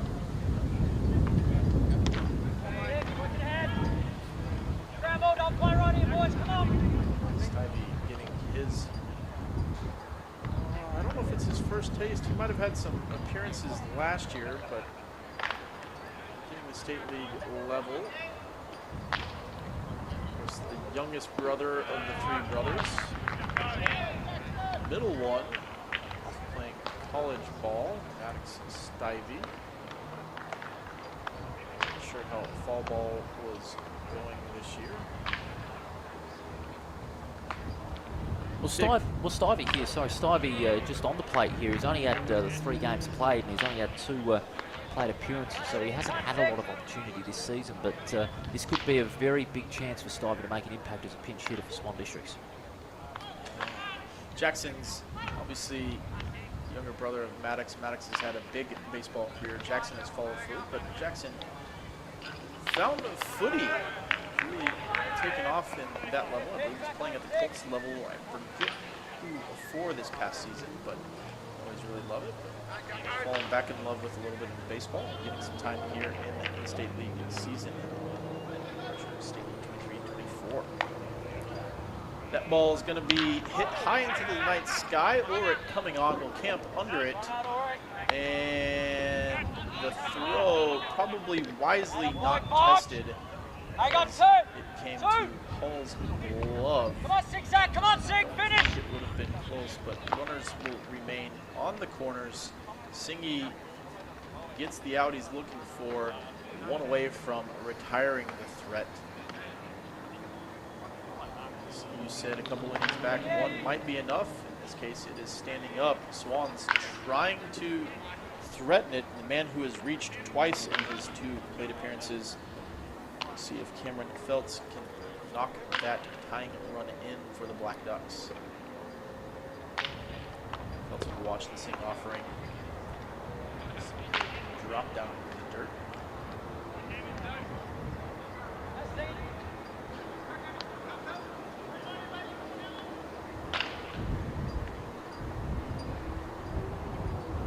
Big swing fouled off from Feltz. Six. As we see if we can zoom out, Morley playing a little bit of a shift. Sylvie well deep into the middle of the hole, expecting Feltz to be a pull hitter. Jess Williams rotated up the middle. Dixon playing well off of the third base back. That one's going to be up, and it's going to bounce off of Hall's helmet. He's got it. And the run is going to score, so we've got a tie ball game. Ozan able to advance to second. Great read by Feltz. The ball went high, and I think it went off Hall's glove, off of the umpire, and bounced away. Hall turned to his right. The ball careened to the left. Feltz wisely waved the runner home. The race was on. Hall did get to the ball, tried to have the flip in time, not in time, and able to slide in safely. Scores leveled at 1 apiece.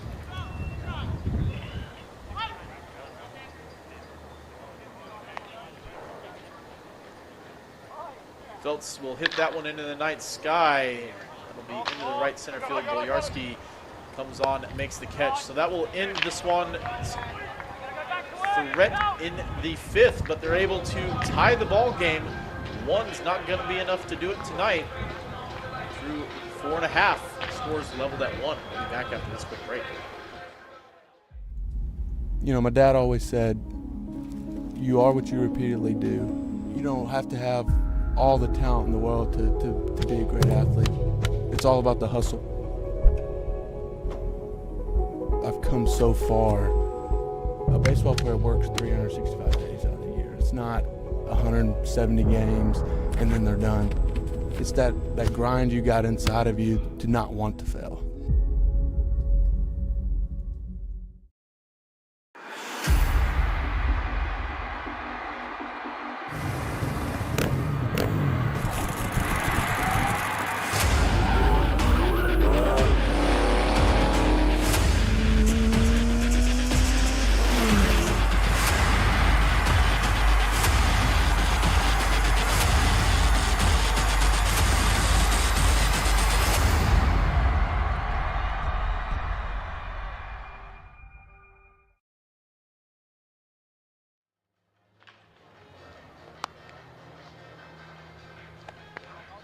Welcome back to Empire Ballpark. We've had a turning of momentum through the first 3 innings. Scores knotted at 0. Morley broke through for that first run as Luke Hughes came around to score on the bloop hit by Ryan Kift. But Swans has retaken the momentum, getting that tying run to come across the plate. We're back to leveled scores at 1 apiece. Cameron Liss still on the mound. Morley coming up for their bat in the bottom of the 5th inning. And the Morley fans have been on the chat line calling for this man to strike. He had 7 RBIs on the weekend. Last at bat, warning track power. See what he can do to get things started here in the 5th. Strike. He's facing the slingshot of Liss. This could be the battle that may decide where the tide of this game is turning. The 0-1 pitch. Misses a little high, so 1-1 the count now to Alex Hall. Morley's been a very patient team this evening. Liss's pitch count creeping up above the 90s. That ball fouled away. So we'll see if he has it in him to go the distance. As we said before, neither team with the doubleheader, so no reason to save pitching. Lockie Waite was just pulled the last half inning. Was responsible for the run that ultimately scored to tie the ball game, so he will not leave as the pitcher of record after entering that top half with the lead. Singy comes on, but not able to get completely out of the jam. Full count now. And a 3-2 count awaits Alex Hall facing Cameron Liss, bottom of the 5th inning. That one will be hit into left field. DeGasperis running in will make the catch, and the leadoff hitter for the Eagles retired. So Morley fans have called for the big man to get things done. He had a hot bat last week. Despite it being really hot today, It's cooled off a little bit here at Empire Ballpark. You're absolutely right with that east-southeasterly breeze. It's just eased off a little bit. We're still, at the moment, still at 28 degrees, so it's still hotting up here. So is this game. In the meantime, first baseman Sam Abbott will step to the plate. Abbott's gotten under 2 for 2 pop-outs this evening. Up for his third or fourth time. I think it's third time through the lineup here. Third time. Well, the Eagles have had the bases loaded. Normally you think of the top and middle part of the order getting things done for the Eagles, but everything tonight for them has been started from the 6-hole downwards. Hughes obviously scoring the lone run for the Eagles, but twice when they have had the bases loaded, it has been the start of Hughes getting things going. Big names that have always been a part of the Eagles' long legacy. Hughes, Bonomi, among others. Singy now on the mound, joining that long line of Morley Eagles teams seeking premiership.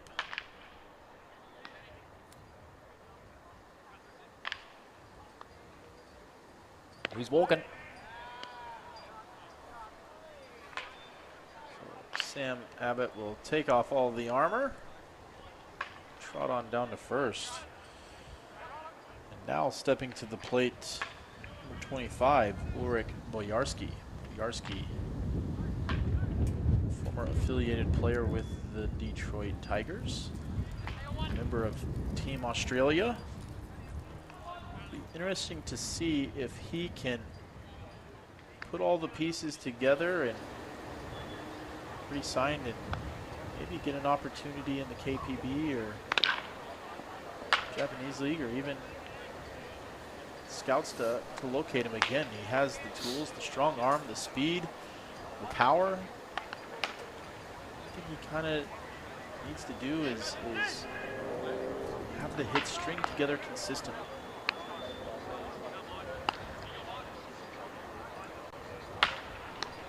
What will be a key for Morley here, if they're able to get a couple of base hits, go from their 6-hole hitter down while still having that one out, they have a chance to take back the lead if they can get through. Of course, that 6-hole hitter is currently on deck. Sam Abbott has reached safely after the leadoff hitter was put out. Trying to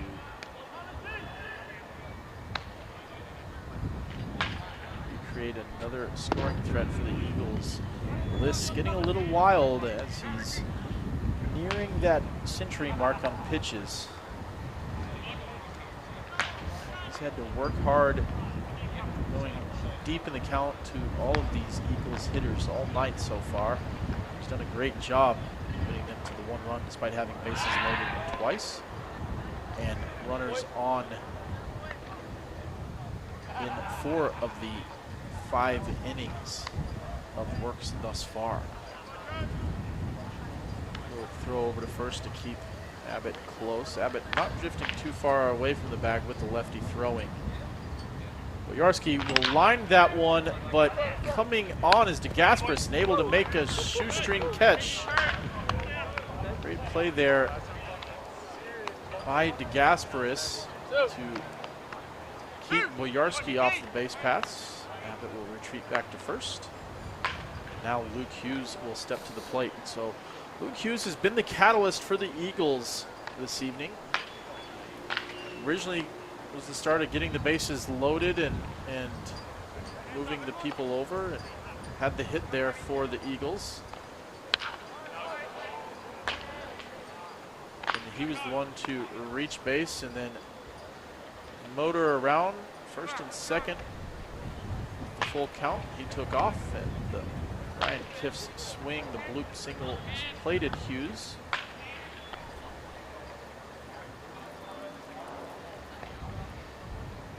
Hughes' play hit to shortstop. Zan will fire across the plate and end Morley's threat through 5. So through 5, scores are leveled at 1. We'll be back after this break.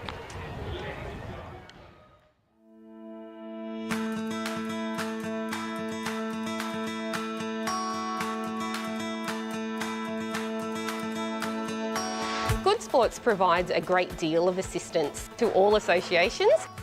We're extremely lucky that we've got an organisation like Good Sports that provide us with the education to implement the right policies.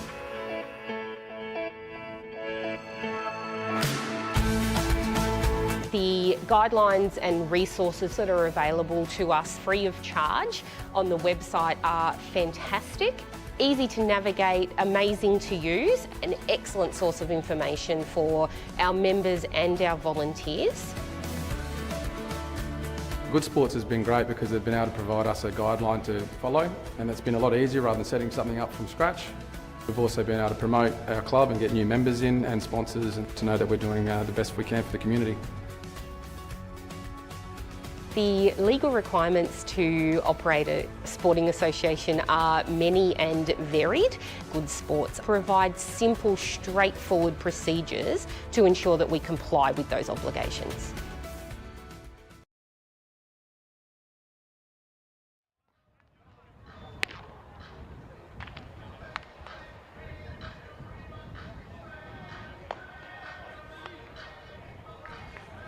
Welcome to Empire Ballpark. We're through 5 innings. Scores leveled at 1 apiece. Luke Hughes has scored the lone run for the Eagles. And I believe it was Boston Foot that came around to ultimately score for the Black Ducks in the last inning. In the meantime, we'll turn things back over to Michael DeGasperis, who just made 2 fine plays to end the threat for the Eagles in the bottom of the 5th inning, and he'll look to get things started for the Black Ducks here in the 6th. If you're just joining us, Friday night lights action here at Empire Ballpark. Harcher State League 1-1 score between Morley and the Swans. We've had a pitching duel. Gasperis pops that one up into center field. Kift will camp under it and then run in a long way. The breeze had died down for a little bit, but we see it look to be returning there. That was brilliantly done by Kift. He kept his eye on the ball. The breeze was just blowing it back towards second base. But, Kift did well there. Following on that path, took a brilliant catch. And it's the first out they needed to inflict early, Morley, because Swan Districts, I would say, even if the scores are level, Swans maybe got a little bit of momentum. I think it's a little bit their way. They just got to back it up. They've got to get those base hits, especially from 5-hole hitters down, including this next one here, Danielle, who only had 0 for 1, and this will be his second at bat. He needs to produce something. This will be his 3rd at bat. I believe he hit into a field. No, he had the sacrifice. The sacrifice, for yes. Second time up, so he was able to get the runner over and into scoring position. So again, that's why if they have a sacrifice, it does not go down as an at-bat for the game. It does add to that plate appearance, so difference there because he's given himself up intentionally to move those runners over. No damage done to his average. Well, earlier Paul thought 1 run might be enough to get through this pitcher's duel. Danielle will pop that one up the chute, and I think it's going to drift foul and out of play. Me and my big mouth.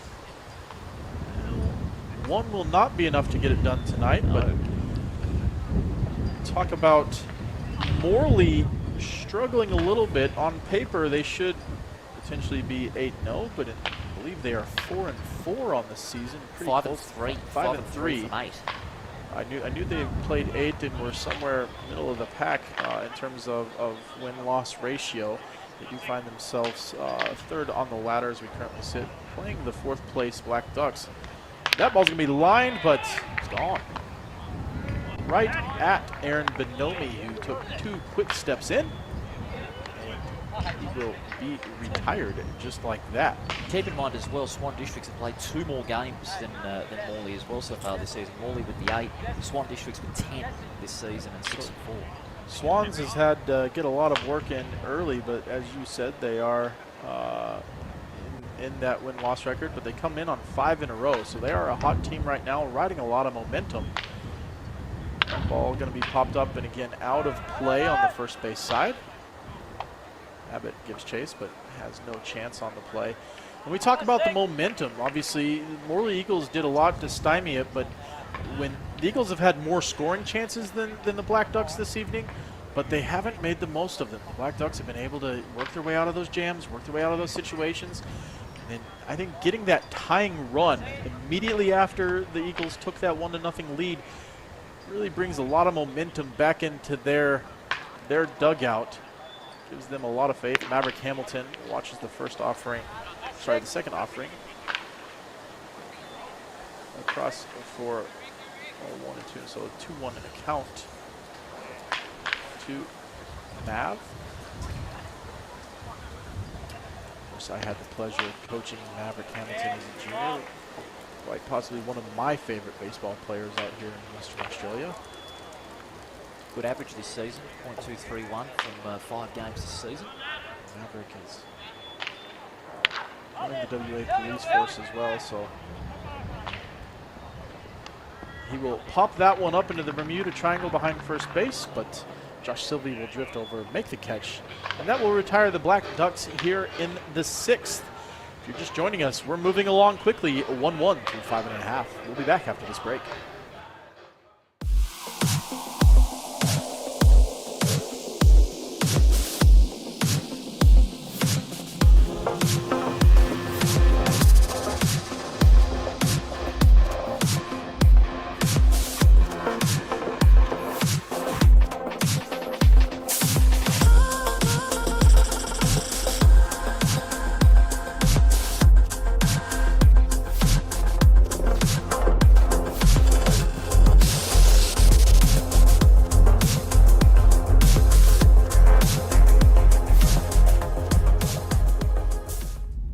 You know, my dad always said, you are what you repeatedly do. You don't have to have all the talent in the world to be a great athlete. It's all about the hustle. I've come so far. A baseball player works 365 days out of the year. It's not 170 games and then they're done. It's that grind you got inside of you to not want to fail.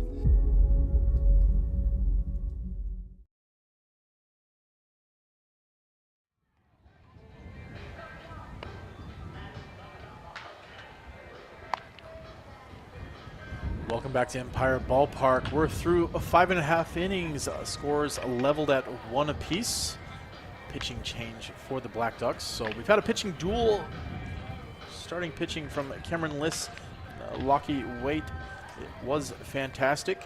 Both leave the game as no pitcher on record. Turn things over to the bullpen. Throwing for Morley is Brennan Singh, and now throwing for the Black Ducks is Boston Foote. So defensive changes. Dowling will enter the game from the DH and go to first base.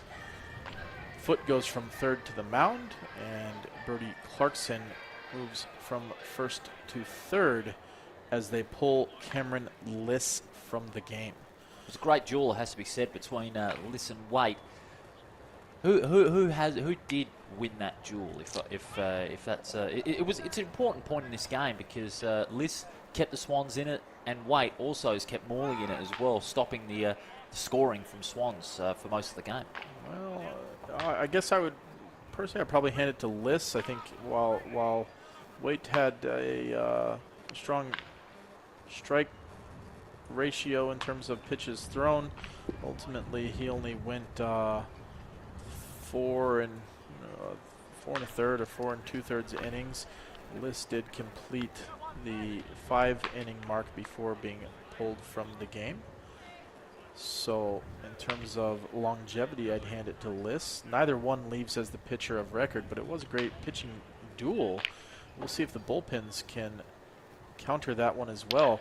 That one will be put into play right away from Bonomi. Anthony Danielle fields that one cleanly and fires to Dowling for the first out here. So once again, the theme of the evening that we've seen, when that leadoff hitter has been retired, teams have not threatened to score. We'll see if Morley's batters can ultimately change that one. Now at the plate, the guy with the lone RBI for the Eagles, center fielder Ryan Kift. Kift watches that first offering miss high for a ball.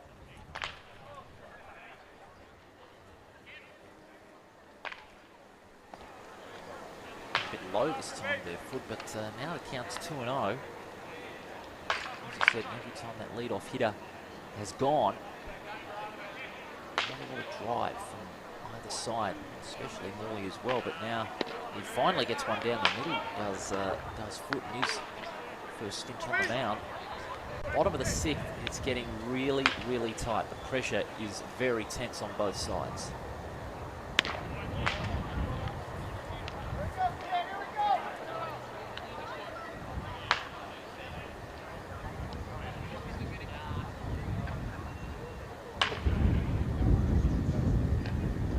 Tift will hit that one hard down the line, but foul. Full count from that foul now. Morley already on 1 out. And this is the critical moment in this game.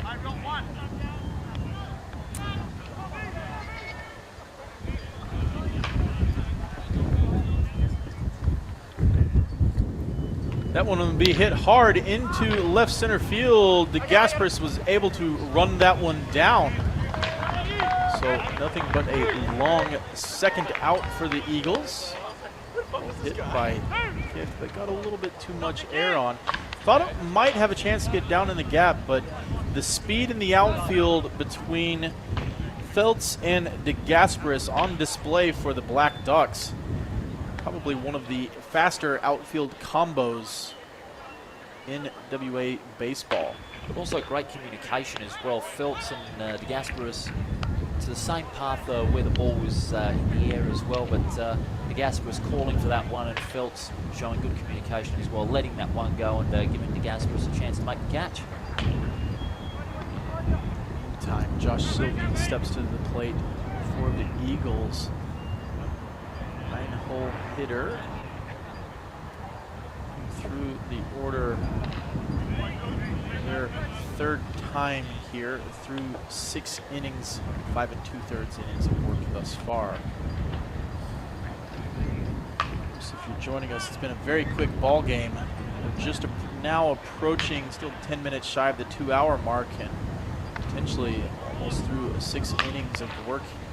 A 1-1 ball game here. Harcher State League Baseball 23-24 season, Friday Night Lights at Empire Ballpark. Got a great game on our hands. That ball hit to Brody Clarkson, who will field fire, but he's going to rush that throw and throw wide of the bag. Dowling did all he could to make sure that that ball didn't get away. Clarkson did well to field it, but bobbled it, rushed his throw, probably had it chance to take a step to fire over with a better throw, but rushed it a little bit, and Sylvie will reach on the E5. Matt Dixon step to the plate for the Eagles with the runner on first. Sylvie off to the races right away, and he'll have a stolen base, and that ball will drift into center field, but Feltz able to back it up, keeping Sylvie at second and no further. Maverick Hamilton's throw did well to get down there. I think they were stealing that one off of the high leg kick from Boston Foot, who hasn't changed his approach with the runner on. So Sylvie with a great jump. Mavs rushed throw going wide of the bag to the second base side. Sylvie's got some wheels. He made a great charge from first to second. He did it well. Once again with a runner in scoring position. See if the Black Ducks have been able to limit all damage. Twice the Eagles have had runners full of Eagles. They've been able to get out of the jam just about each time. They did let the one run in with runners on first and second. That pitch misses just inside. Been a very tight zone we've seen, so that one will bring the count to 3-0. See if Matt Dixon has the 3-0 green light. Typically the answer is no, but you're looking to put a game away. Doesn't matter when the ball doesn't find the strike zone, down in the dirt for ball 4. So runners first and second with 2 outs. Maverick Hamilton will take a time to go talk to his pitcher. And I think we will see Williams is next up, number 22, Jesse Williams. We will see Arnie Knoll come talk to Boston Foot.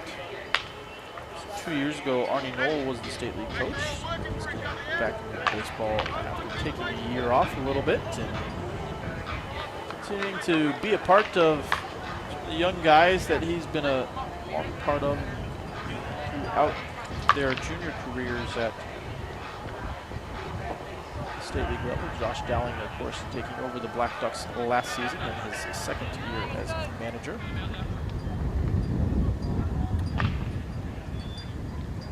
Jess Williams will step to the plate. Hit the ball hard last time to Brody Clarkson at first base. Reached on a bunt earlier, I believe.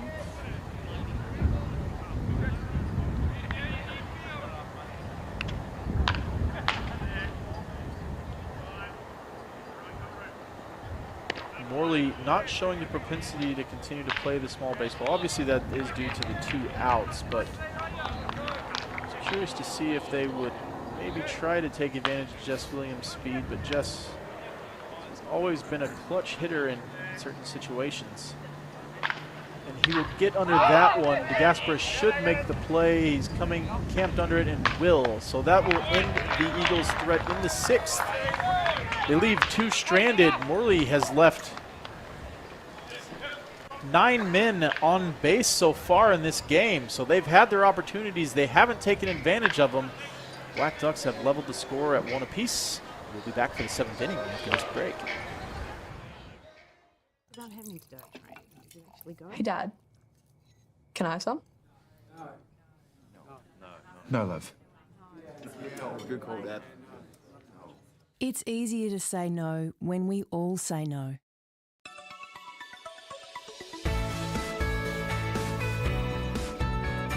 With a history of going the extra mile, Harcher has been a trusted wholesale distributor since 1986. Regional service and supply is what we do best, and you'll find everyone's favourite drinks, snacks, confectionery, and so much more, all here ready to deliver. Just tell us how we can help today.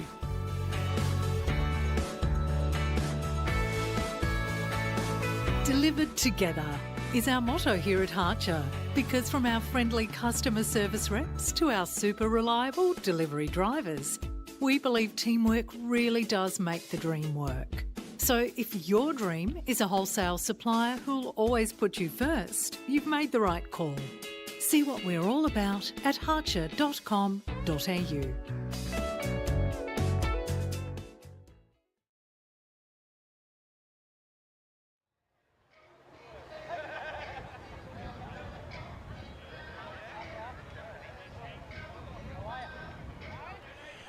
Welcome back to Empire Ballpark. We're moving along quickly now into the 7th inning here. 1-1 ball game between the Morley Eagles and the Swan District's Black Suns.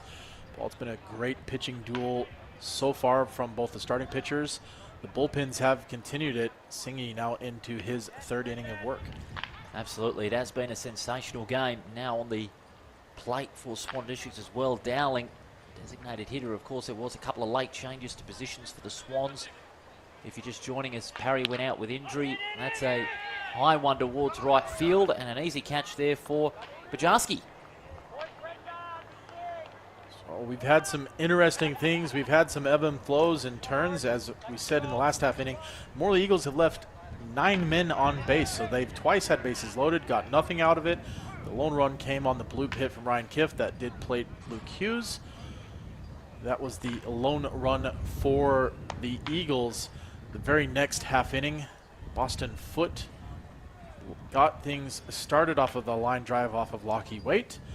Worked his way over to 3rd, scored on a pass ball. That ball's going to be lined into right field over the glove of the tall Sam Abbott. So a great hit there from Boston Foot, his 2nd hit of the evening. He's been the guy so far for the Swans offensively. We'll see if that gets them started. talk a big thing about momentum. We said Swans has come in with 5 wins in a row. This might be enough to send that message to Morley that we're not going down lightly. And maybe to the Braves as well, who are not too far behind as well. They're going for 5 wins in a row as well this weekend, so it could be a big message Swans could send. That was beautifully hit by Foot. He was able to just get that punch over the infield, find the gap, and head his way through to first as Clarkson fouls that one out into the stands. Got a great game on our hands as we're said into the 7th inning under Friday Night Lights Harcher State League 23-24. Doubleheader tonight. Late game will be South Perth versus Victoria Park Belmont. So 2 great games. Friday night baseball at Empire Ballpark. Make sure and get down. Both the teams 5th and 6th. Vic Park Belmont inside the 5. South Perth only just outside the 5. That one's going to be a very important game because, of course, next week a solo game at Empire Ballpark at 7:30. South Perth taking on the Braves. So if South Perth win tonight, I'll tell you what, it should set up for a great game against the Braves. Clarkson will punch that one into right field. Sylvie playing a little bit closer to the bag. Expected him to be a pull hitter. Clarkson does the opposite, punches it to where Sylvie normally would be playing. Instead, not able to make a play on that one. The Black Ducks will have runners 1st and 2nd, and Luke Hughes will make his 2nd trip out to the mound this evening. We're getting close to the 2-hour mark as well. Keep that in mind. And Swans could have a chance of getting a run, which could see them home. Absolutely. Swans are riding full of momentum on a 5-game win streak. They were able to take advantage of the times that they've had the scoring threats. They did get runners 2nd and 3rd. It's the only time they've had runners in scoring position, didn't take advantage of it. Of course, the 2nd time the evening they did it, Boston Foot was able to scamper around on the passed ball that got off of Alex Hall, off of the umpire. I believe it's Fiona behind the plate this evening. And Alex had turned the wrong way, which gave Foot just enough time to slide in safely under the throw. Foot has once again reached this inning on the hard line drive down the right field line. Brody Clarkson followed that one up with the punch hit through the right side. Runners 1st and 2nd with 1 out, and now batting is Riley Ozan. So the Black Ducks making their way through the lineup for the 3rd time. That ball's going to be hit up the middle. Jess Williams to Sylvie to Abbott. The 6-4-3 double play will get the Eagles out of the inning. So the Black Ducks strand 1 through 6.5, 1-1 apiece. Great half inning on that one. We'll see if Morley's able to turn the tides. The bottom half of the 7th. We'll be back after this break.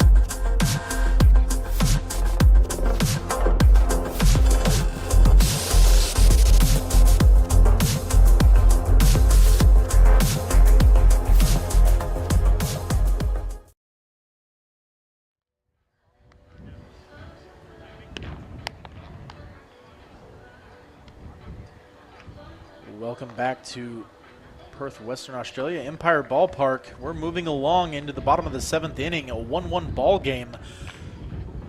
Swan Districts had a little bit of momentum, had the runners 1st and 2nd with only 1 out, but unfortunately ground into the 6-4-3 double play that ends the threat there in the 7th inning. We'll see if that's what it takes to turn the tide in Morley's favor. The young guns from Swan Districts trying to send the message to the mainstays of Morley.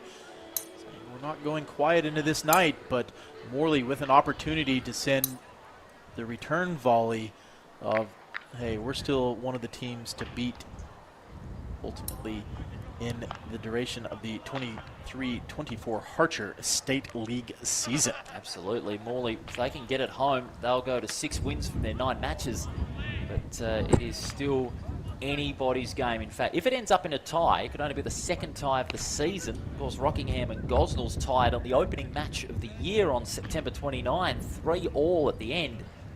Ooh, could we see more history made this season?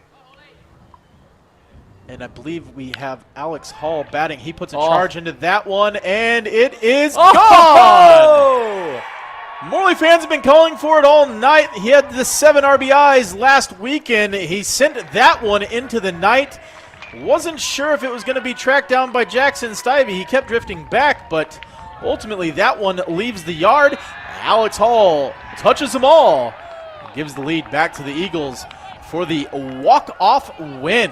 Oh, you called for Alex Hall. Everyone was calling for Alex Hall to produce the goods. He has done that at the most important time in this game. Talk about a clutch hitter in the clutch moments. He's certainly done that. Well done, Alex Hall. Well done, Morley. And well done, Swan District as well. What a great game we have seen tonight. Certainly one of the better Friday night lights ball games that we've had over the past 2 seasons. We had a nail-biter. The Black Ducks gave it their best shot. Managed to limit the Eagles' opportunities. The Eagles left 9 men on base, but ultimately undone in the last swing of the ball game. Alex Hall deposits one over the right field fence for a home run, a walk-off win for the Morley Eagles. Thanks for tuning in. My name is Guy Belair, on behalf of Paul Persig and Front Row Screens. Friday night Harcher State League action. Morley Eagles win 2-1.